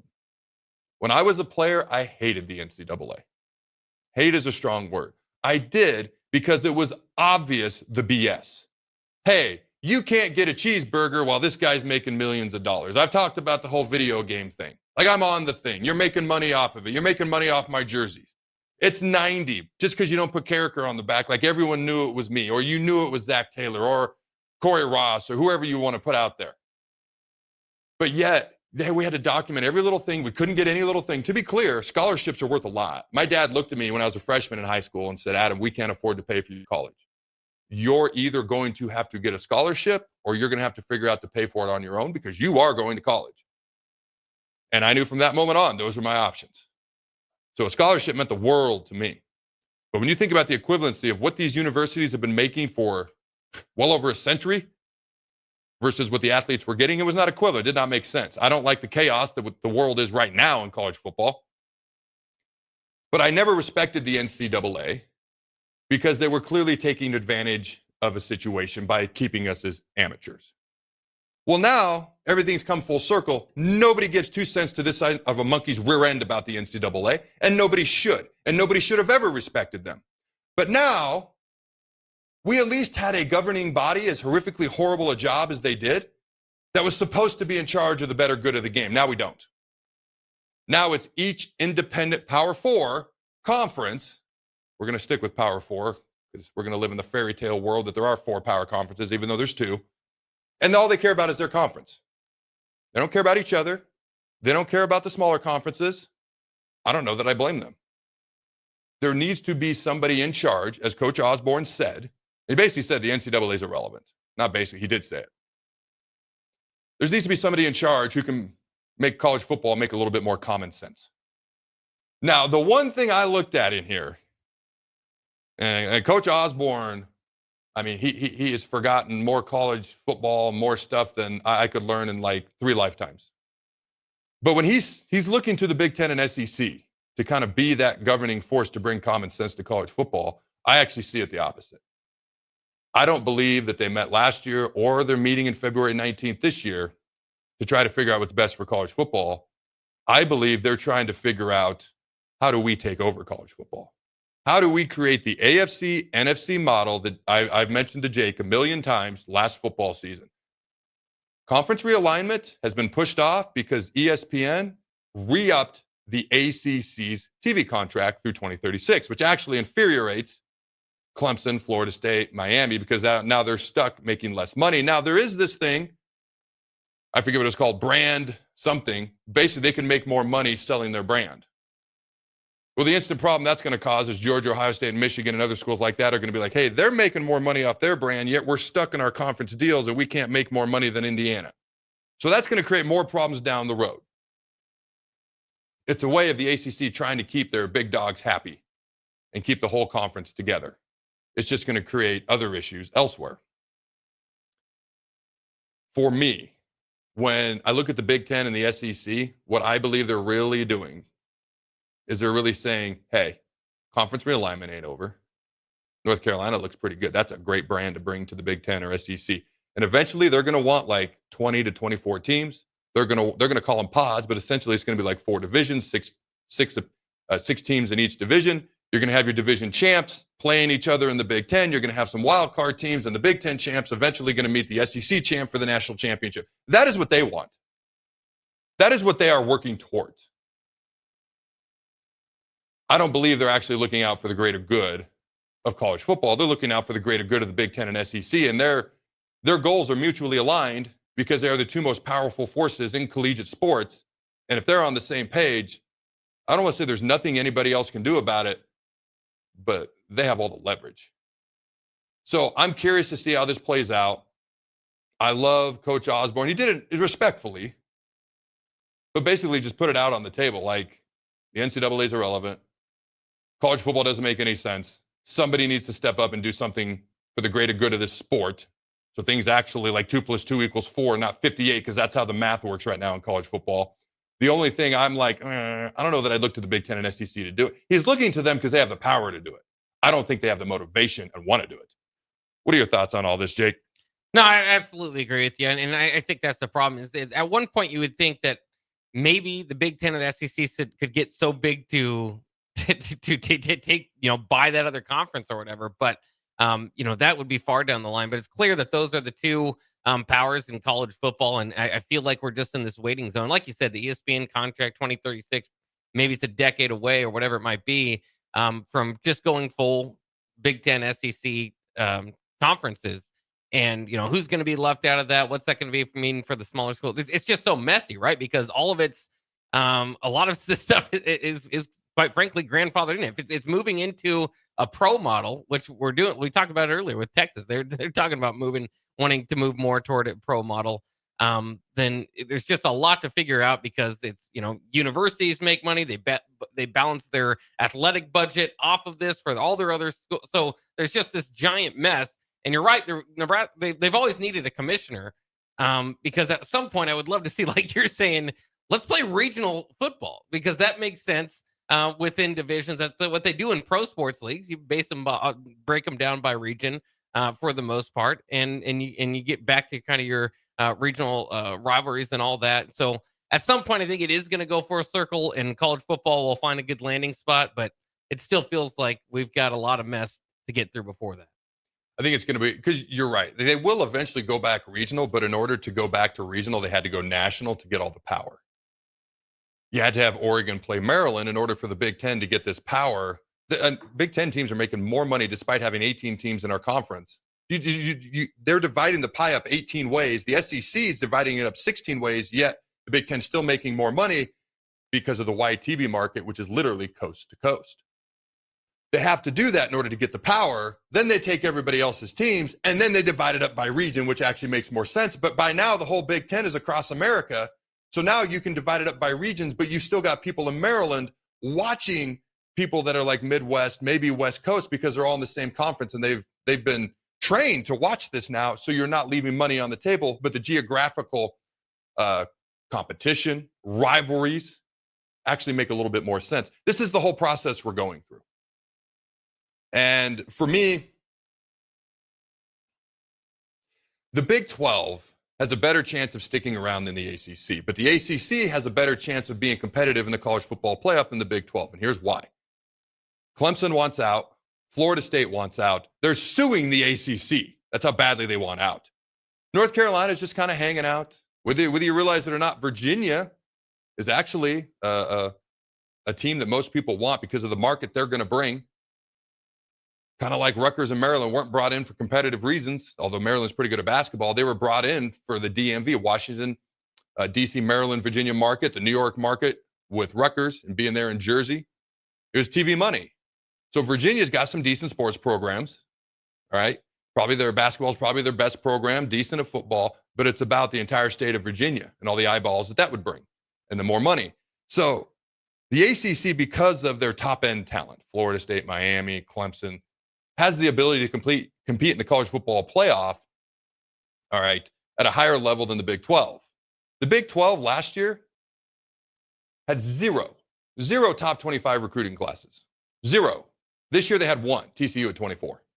So in the past 2 years, you've had one recruiting class out of 50 spots that landed you in one of those top 25 recruiting classes in each year. Now, the Big 12 has good coaches. They have good development, and they have players who stay around longer. So they still produce good teams. But as far as top-end talent that can compete against the other top-end talent in the country, they're going to struggle in that department way more often than not. So they're always going to have good teams. They're always going to have competitive balance. They're always going to be the most entertaining conference to watch. I'm always going to call them America's Conference. I don't know if they'll ever have a national champion the way it is constructed right now. And I really hope I'm wrong. Like, I'm rooting for Nebraska and then I guess the Big 10, but the Big 12 and ACC to actually have some surprises here. But the ACC outside of their top three, there's not much there, which is why I've said I don't think the ACC is going to stay around forever or even that long. Although I don't want to say they're death sentence, but their ability to stay around was just extended with this TV contract, which actually has made some of their top-end schools unhappy, but that's why they came along. Brand initiative, that's what it was called. Clemson, North Carolina, Florida State, Miami, on this brand initiative can now make more money. And that's where I'm like, Georgia and Nebraska and Ohio State are going to look, hey, they're making more money off their brand beyond what their conference is paying them. We want that too. You've solved one tiny problem and opened another can of worms. Does that make sense, Jake? Oh, yeah. So for me, we'll see how this plays out. Until, as much as people dislike Roger Goodell, the NFL makes so much money, hand over fist. Good Lord almighty. Did you know that 57.7 million people watched the Chiefs and the Bills AFC Championship game? You know how many people watched our national championship game? Notre Dame, Ohio State, one of the two of the 8 blue bloods in America. You know how many? Around 20. 22. Yeah. The Alabama-Michigan game, semifinal game the year before was 28. Now, you can say Alabama-Michigan, Ohio State, Notre Dame. New Year's Day, Rose Bowl, okay, I can understand that. Still not a national championship game. You can blame the extension of the playoffs that just seems to never end. You can blame the fact that it overlaps so much with the NFL playoffs. And even I love college football. It's my favorite sport under God's hot sun. I legit told my wife on Sunday, because the game was Monday night for some stupid reason, let's put it on Saturday, just a thought. It is college football. I go, Ange, don't let me forget to watch the national championship tomorrow. She legit had to remind me. So the timing is awful. But you even go back to 2014, the first national championship game of the college football playoff era. Oregon, Ohio State that year. Okay, Marcus Mariota. Ohio State was starting their third-string quarterback. You had Ezekiel Elliott, all that stuff. Urban Meyer was still with the Buckeyes. That first ever national championship game, 33 million viewers. It's gone down from 33 to 22. That's a 33% drop-off. I'm not a math major, but I'm pretty sure that adds up. That's a huge drop-off. People are becoming annoyed, disgusted. I should have said annoyed, frustrated, and disgusted just to escalate properly with the way college football is. With people jumping all over the place, it's hard to become a fan of the player because he might be gone in, I was going to say a year, but in 6 months. And I have no problem with them making more money, but it can't just be willy-nilly all the time. Somebody's got to get in charge. Maybe somebody named Adam Carriker. Just throwing it out there. Somebody's got to get in charge that wants the best for college football. I'm just throwing a name out there. It's a random name. No apparent reason. Get my vote. I appreciate that. All right, ladies and gentlemen. Is there anything on the text line? I have to imagine there's some people with some thoughts on this. And if you need a minute to look, we can come back and talk about it after break, too. Yeah, there's I don't know. Bill and Ben was just guessing Notre Dame for one of our questions earlier. But yeah. Not much off the text line on that. Not much off the text line. All right. So when we come back, Tom Osborne does talk about competitive balance after the House settlement, basically the revenue sharing. And Matt Rule believes that Nebraska is well positioned after the House settlement because basically it sounds like there's going to be a cap of about $20.5 million, okay, for each team to spend. Now, not every team has $20.5 million to spend. Not even every Power 4 team. How does that all work out? Where is Nebraska positioned? Okay, we'll talk about that all right after this break. It's $5.99 barbecue time. Hurry to Hog Wild for a complete barbecue meal that's only $5.99. Get a one-meat sandwich loaded with our award-winning barbecue, plus your choice of a classic side and drink for just $5.99. Upgrade your sandwich to beef brisket for just $1 more. Join us for lunch or dinner in Lincoln at 3210 Cornhusker Highway. Order online at GoHogWild.com. But don't be late, we close at 8. At Farm Bureau Financial Services, we strive to provide you with the right coverages for all your insurance needs by taking the time to meet with you and review what coverages best fit your needs. So whether you're in the market for home, auto, farm, business, life, or a combination of any of these coverages, we can help with making sure you, your family, or your business have the right coverage based on your individual needs. If you would like to review your insurance needs, please contact Ben Spurt with Farm Bureau Financial Services at 402-217-9945 or through email at ben.spurt@fbfs.com. Hi everyone, Kendall Warnock, A1 Automotive in downtown Lincoln. The last few years have been wild, but we've been here for you through all the ups and downs, and we'll be here for you when you need us the most, for all your travels and for your day-to-day driving. With winter conditions causing problems all over town, the last thing anyone needs this year is constant car troubles. Let us help you drive in peace and make sure you drive to work and to winter destinations safe. A1 Automotive, 11th and L Street downtown, always honest answers. Salt Mine City is not only Lincoln's newest brewery, but they're also now serving food. Enjoy a full menu of great items daily for lunch and dinner, like their peanut butter and jelly burger with bacon and cheddar cheese, or a Reuben sandwich served on Blackstone rye bread. Don't forget their beef or chicken nachos with guacamole, sour cream, jalapenos, and more. Wash it down with one of their 12 beers on tap, including the popular Single Axle Light American Lager. Salt Mine City, now open 11 a.m. every day but Mondays at 8th and R. What's going on, fans? This is Lexi Rodriguez, four-time All-American at Nebraska and now proud member of Omaha's newest professional team, Love Omaha Volleyball. League One Volleyball is bringing the heat this year. Don't miss your chance to see Olympians, national players, and national champions right here in Omaha from now through April. We can't wait to see you cheering us on in the stands. Visit lovboma.com to buy single match tickets to see me and Love Omaha Volleyball in action this season. Go Big Green! If you're sick of catering from the same places every month, it's time to switch things up. Mulberry Barbecue is perfect for business lunches and dinners, family gatherings, holiday parties, wedding receptions, rehearsal dinners, and so much more. Delivery and full service options are available, and they can cater for anything from 10 people to 500 people. Call them at 402-937-7114 to hear their menu options and get your catering booked today. Mulberry Barbecue, located at 11th and Cornhusker Highway. Hey volleyball fans, this is Laura Dijkema, national player of the Netherlands and now the setter on Omaha's newest professional team, Love Omaha Volleyball. League Volleyball is bringing the heat this year. Don't miss your chance to see Olympians, national players and national champions right here in Omaha from now through April. We can't wait to see you cheering for us in the stands. Visit lovboma.com to buy single match tickets to see me and Love Omaha Volleyball in action. Go Big Green! When you need a new water heater, nothing beats the ProLine family of water heaters from A.O. Smith. ProLine models are built using commercial-grade components, meaning they're built to help you tackle your toughest days. No matter if you need a gas or electric model, A.O. Smith has a ProLine unit for you. A.O. Smith, innovation has a name. Call John Henrys at 402-435-5555 for a great deal on a water heater today. Again, that's 402-435-5555. Ready to spruce up your space? No matter what project is on your list, you can check it off at the Nebraska Builders Home and Garden Show, February 7th through the 9th at the Sandhills Global Event Center. With over 200 businesses under one roof, you'll find the latest in home innovations and experts to handle your dream projects. Admission is just $10, and children 12 and under are free. For more information, visit the Home and Garden Show online at hbal.org.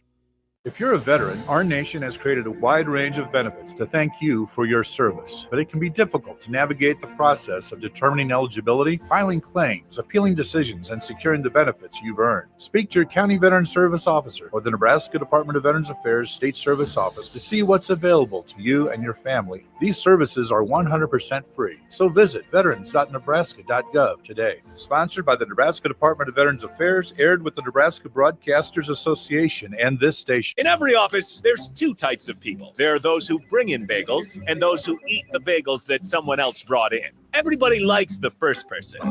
Be that first person.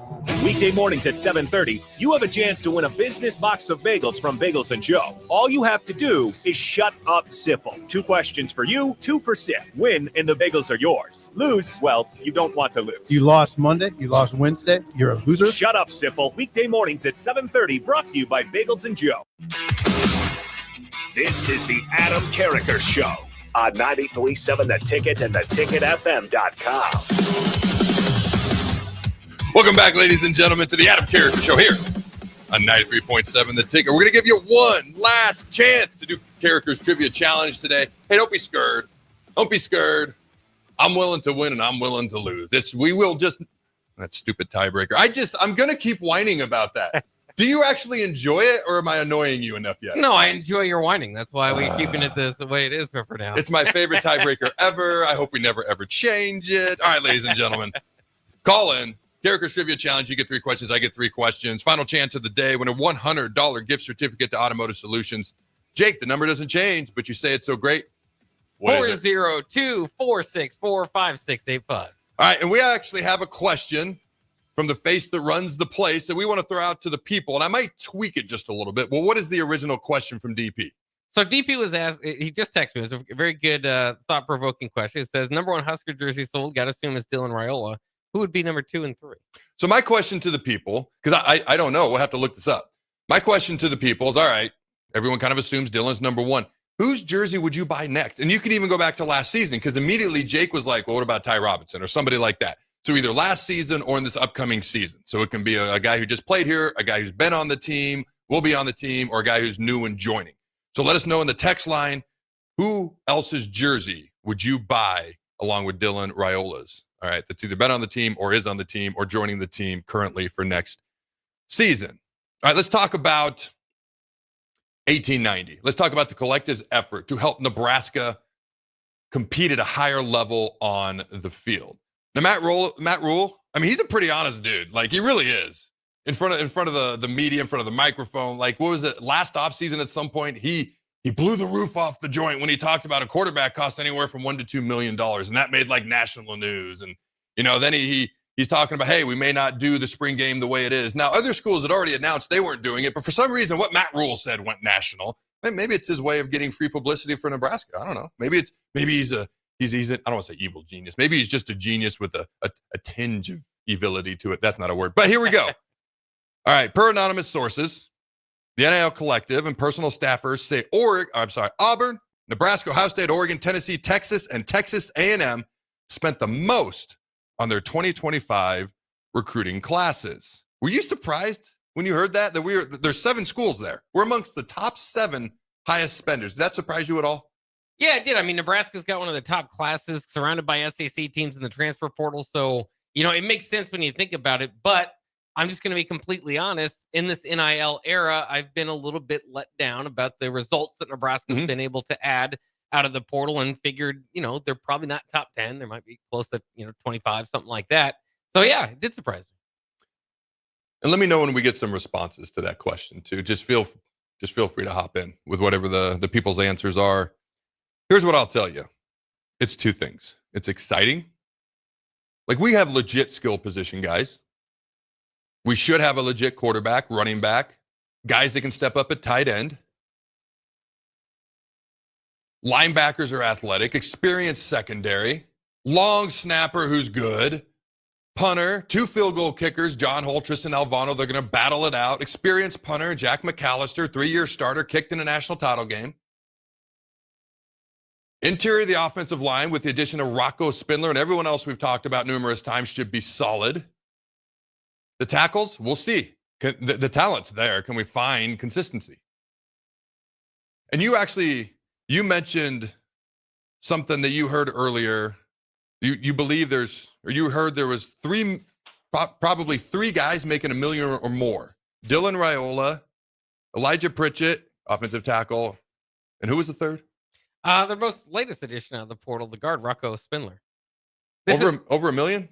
Well, okay. This is what Sean Callahan was asked by Steve Simple the other day on early break, and so it's not factual, but this is Sean Callahan's pretty well what he believes, well in the know, and yeah, he said that those three were probably above the $1 million line, and that potentially Williams Nwaneri would be close. When you start thinking about guys with the highest ceiling on the team, and just because I don't say somebody's name doesn't mean I don't believe they can't be a great player. But the names that pop into my head, just pure talent, highest ceiling. I think of Raiola. I think of Nwaneri. Just pure talent. Pritchett, Dawson McCullough. Like, those are the four guys that pop into my head. So when I think about you're going to have to spend to get some of these guys, it turned into a bidding war for Rocco Spindler. That's what happened there. Supply and demand. It is what it is. Also a good player. When you think about what's being spent and what it takes to win and what guys are making, you have to be able to present guys with one of two things. Hey, you got a chance because we've been competing for championships frequently to win a national title here, and or we're going to pay you the money. That just is what it is. Now, you can get a bit of a discount if you've been competing and winning national titles recently, especially if you're known for putting players in the NFL. Otherwise, you're going to have to spend a little bit more.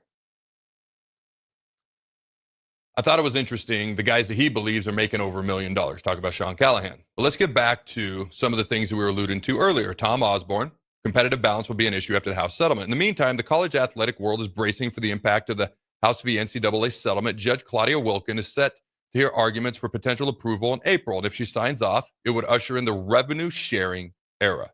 Under the settlement, schools would be able to share up to $20.5 million directly with athletes. Up to $20.5 million. So it seems like a salary cap, but like that's the amount they'd be able to spend. Most Power 4 schools expected to share between 15 to 17 million on their football rosters. However, not all schools will be able to share that amount. That's why Tom Osborne said competitive balance could be a problem even if the settlement goes through. And I quote, you have a few schools that are going to be able to go to the max. There are going to be an awful lot of schools that aren't going to be able to do that, end quote, Osborne says. So when you think about Nebraska and stepping up and spending money to try to put more competition on the field, they have absolutely done that. Yes. How's the D-line going to shake out? How's the tackle consistency going to be on offense?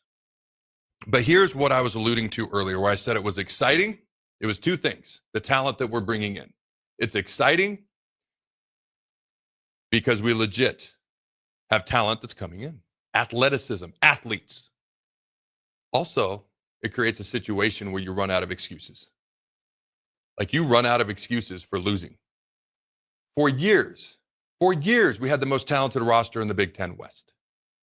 Only one time out of a 10-year span did somebody have a higher ranked recruiting class than us. That was Wisconsin, one time. The other 9 years, Nebraska. We know how that unfolded.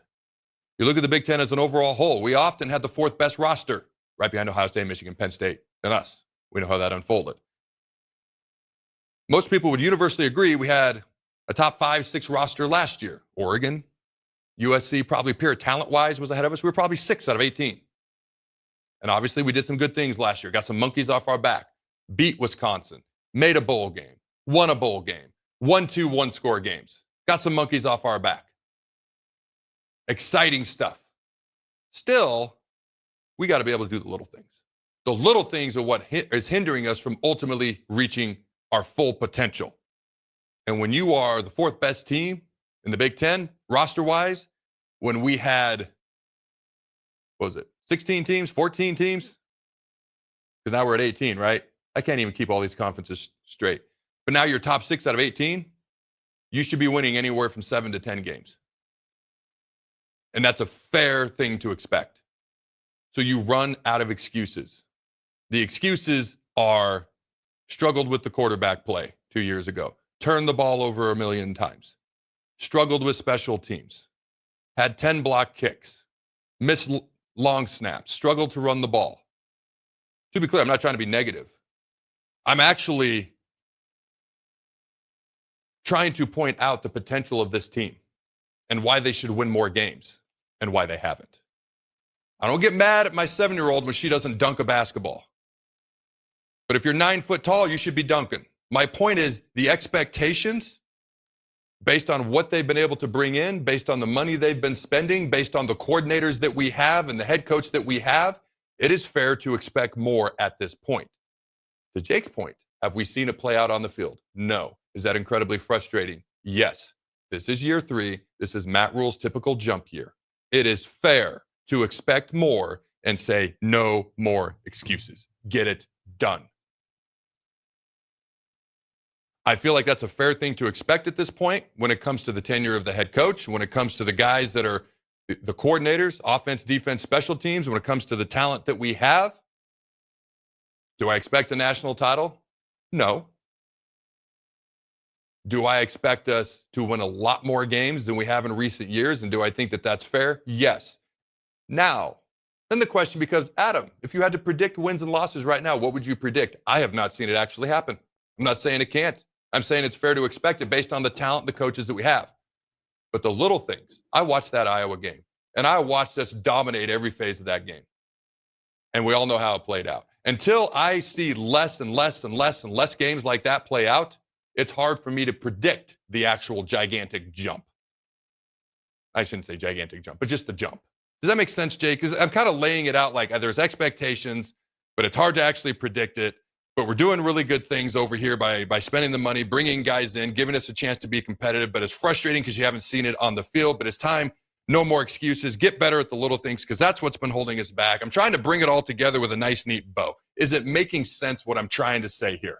Yeah, I mean, there's a lot of thoughts, like you said, that kind of work together to try to make this go. But I mean, like I was kind of telling you during the break, I think my thoughts here, as far as having among the highest NIL market for your players coming in, is are you overpaying for players? I mean, because you can just be a big spender and be there. Are you getting the amount of are you getting your money's worth, basically? There was an article out today that Kirby Smart is maybe one of the more frugal NIL spenders because they're not throwing out as much NIL, but they have maybe something else to promote and be able to get you to campus more than NIL. And I don't think that would be such a bad thing either.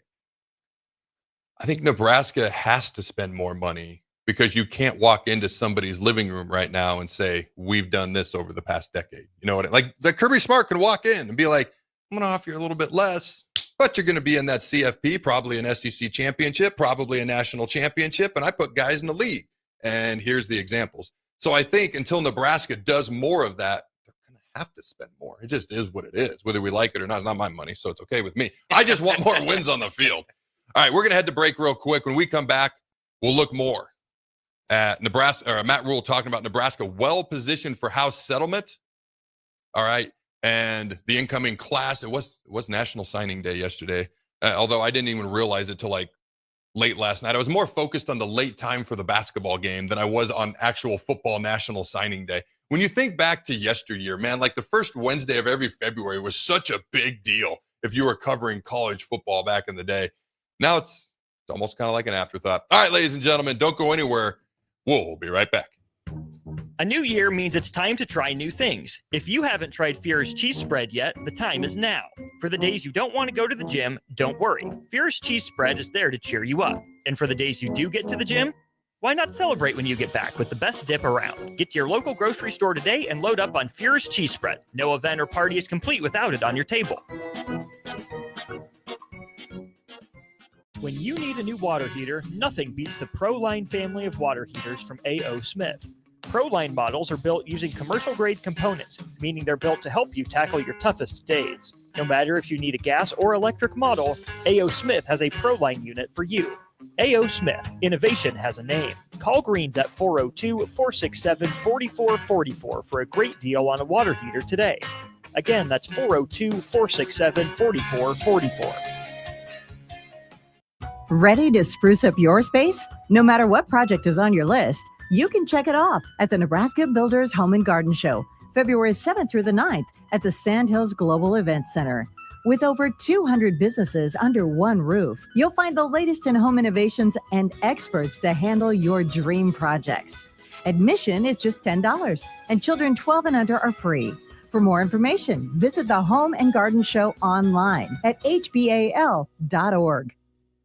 At Farm Bureau Financial Services, we strive to provide you with the right coverages for all your insurance needs by taking the time to meet with you and review what coverages best fit your needs. So whether you're in the market for home, auto, farm, business, life, or a combination of any of these coverages, we can help with making sure you, your family, or your business have the right coverage based on your individual needs. If you would like to review your insurance needs, please contact Ben Spurt with Farm Bureau Financial Services at 402-217-9945 or through email at ben.spurt@fbfs.com. Salt Mine City is not only Lincoln's newest brewery, but they're also now serving food. Enjoy a full menu of great items daily for lunch and dinner, like their peanut butter and jelly burger with bacon and cheddar cheese, or a Reuben sandwich served on Blackstone rye bread. Don't forget their beef or chicken nachos with guacamole, sour cream, jalapenos, and more. Wash it down with one of their 12 beers on tap, including the popular Single Axle Light American Lager. Salt Mine City, now open 11 a.m. every day but Mondays at 8th and R.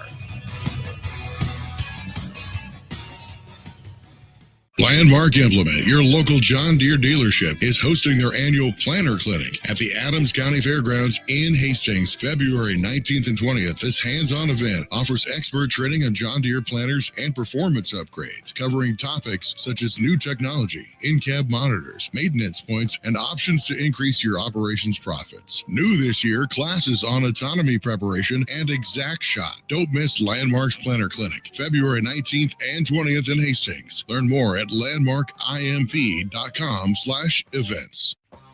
The electrical workers of Local Union 265 are now hiring licensed journeyman electricians from $32.50 to $42.50 per hour with paid benefits. And if you're looking for a new career, they're hiring apprentices at $19.50 per hour with paid benefits. Call the office at 402-423-4497 to apply. Start your electrical career today. Are you ready for a new opportunity? Check out Sandhills Global. Join a dynamic team where your skills are valued and your career can soar. We offer full-time positions with a 4.5-day work week, competitive pay, excellent benefits, and a positive work environment.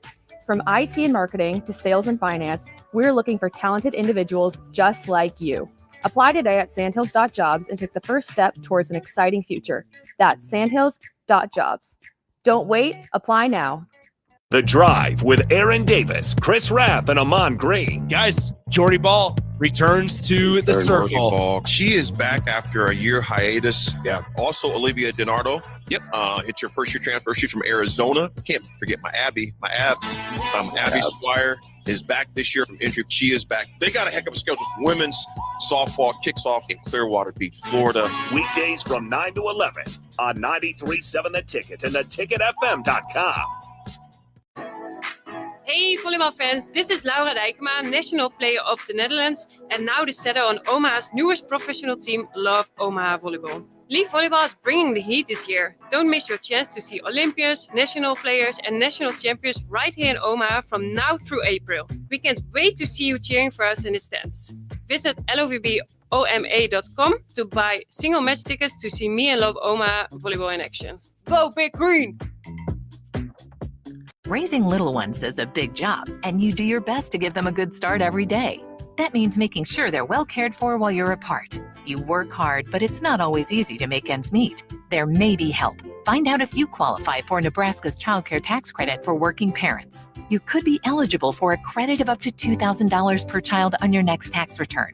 Learn more at nebraskachildcaretaxcredit.org. Brought to you by First 5 Nebraska and Nebraska Children and Families Foundation and aired by the Nebraska Broadcasters Association and this station. In every office, there's two types of people. There are those who bring in bagels and those who eat the bagels that someone else brought in. Everybody likes the first person. Be that first person. Weekday mornings at 7:30, you have a chance to win a business box of bagels from Bagels & Joe. All you have to do is shut up, Sipple. 2 questions for you, 2 for Sip. Win, and the bagels are yours. Lose, well, you don't want to lose. You lost Monday, you lost Wednesday, you're a loser. Shut up, Sipple. Weekday mornings at 7:30, brought to you by Bagels & Joe. This is the Adam Carriker Show on 93.7 The Ticket and theticketfm.com. Boom! Welcome back, ladies and gentlemen, to the Adam Carriker Show. And somehow, with 2 hours, we're still running out of time. All right, Jake, whose jerseys would people buy? What did they text in? We got a few interesting responses here. Emmett Johnson getting a few Ooh, votes. I like that. Yeah. Vincent Shavers getting a few votes. Nash Hutmacher, Ty Robinson thrown out there, as well as Kevin Galick, the new long snapper. Ooh, the long snapper getting some love. Dude, special teams matter. You know who I would buy? Who's? Take a guess. And know that it's off the wall. Take a guess. And then I want to know who you'd buy. Well, I know it's not James Williams, even though he's had your number. He had my exact number. That's who I would have went with. So Jacob Holt, maybe. Does he have your number? Or John Holt? Close. All right, Alex Henry had my number after I left. And when he made that 57-yarder versus Colorado, I was like, yeah, I'm cool with it. You can rep that all day long. Dana Holgerson. He'll bite. I would get Dana Holgerson's jersey. That's who I would get. Who would you get? You didn't expect that, did you? No. I don't know if he has a number. 100, because that's how many points we're going to average a game next year. All right, who would you buy? I don't know. I mean, I guess I'm old for buying a college guy's jersey. I'm older than you are. I know. The last Nebraska jersey I bought was Nate Swift, his sophomore year, because I wanted somebody that I could wear for the next several years that wouldn't leave. So, oh wow. I feel like that was a subtle, not so subtle dig. well, at the time, right? You usually buy the senior, the star senior, whatever it is.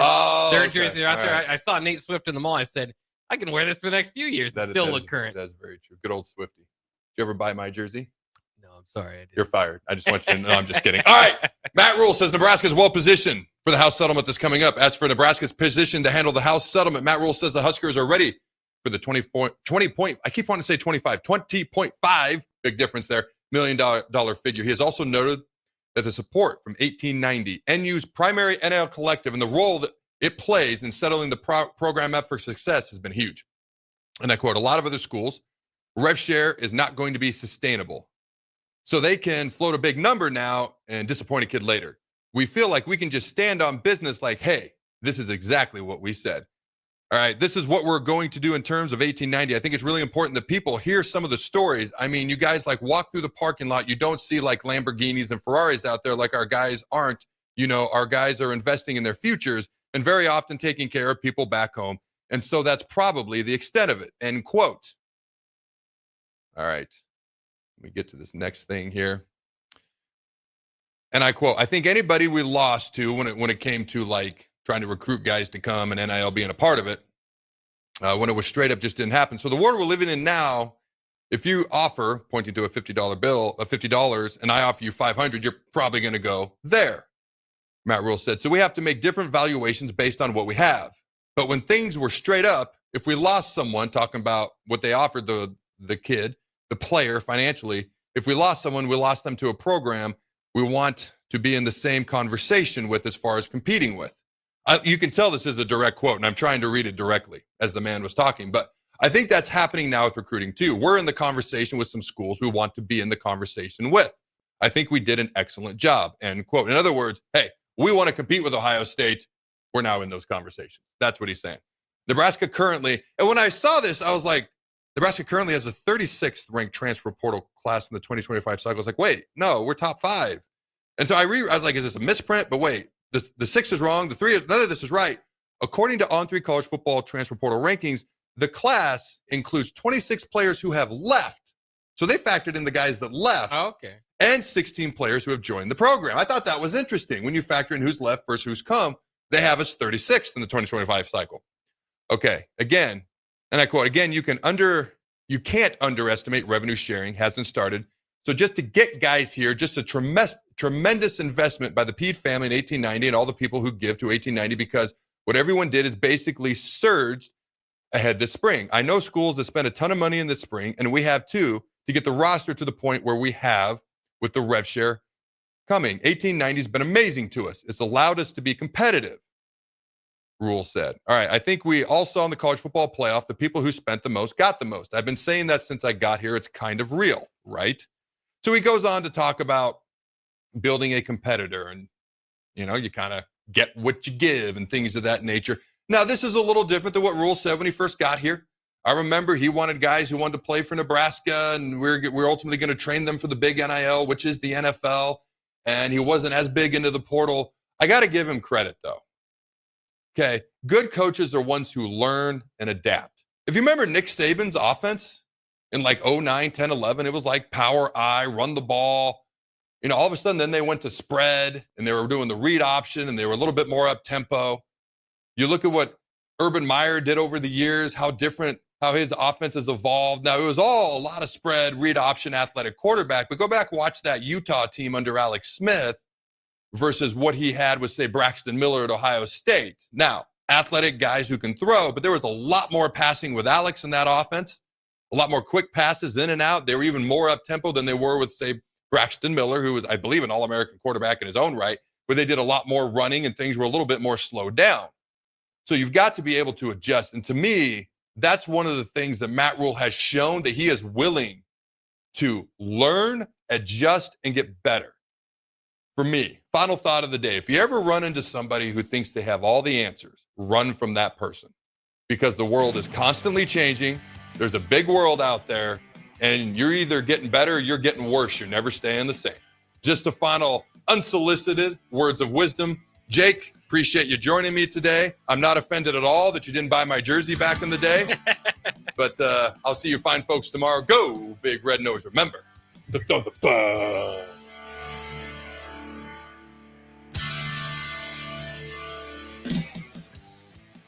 When you need a new water heater, nothing beats the ProLine family of water heaters from A.O. Smith. ProLine models are built using commercial-grade components,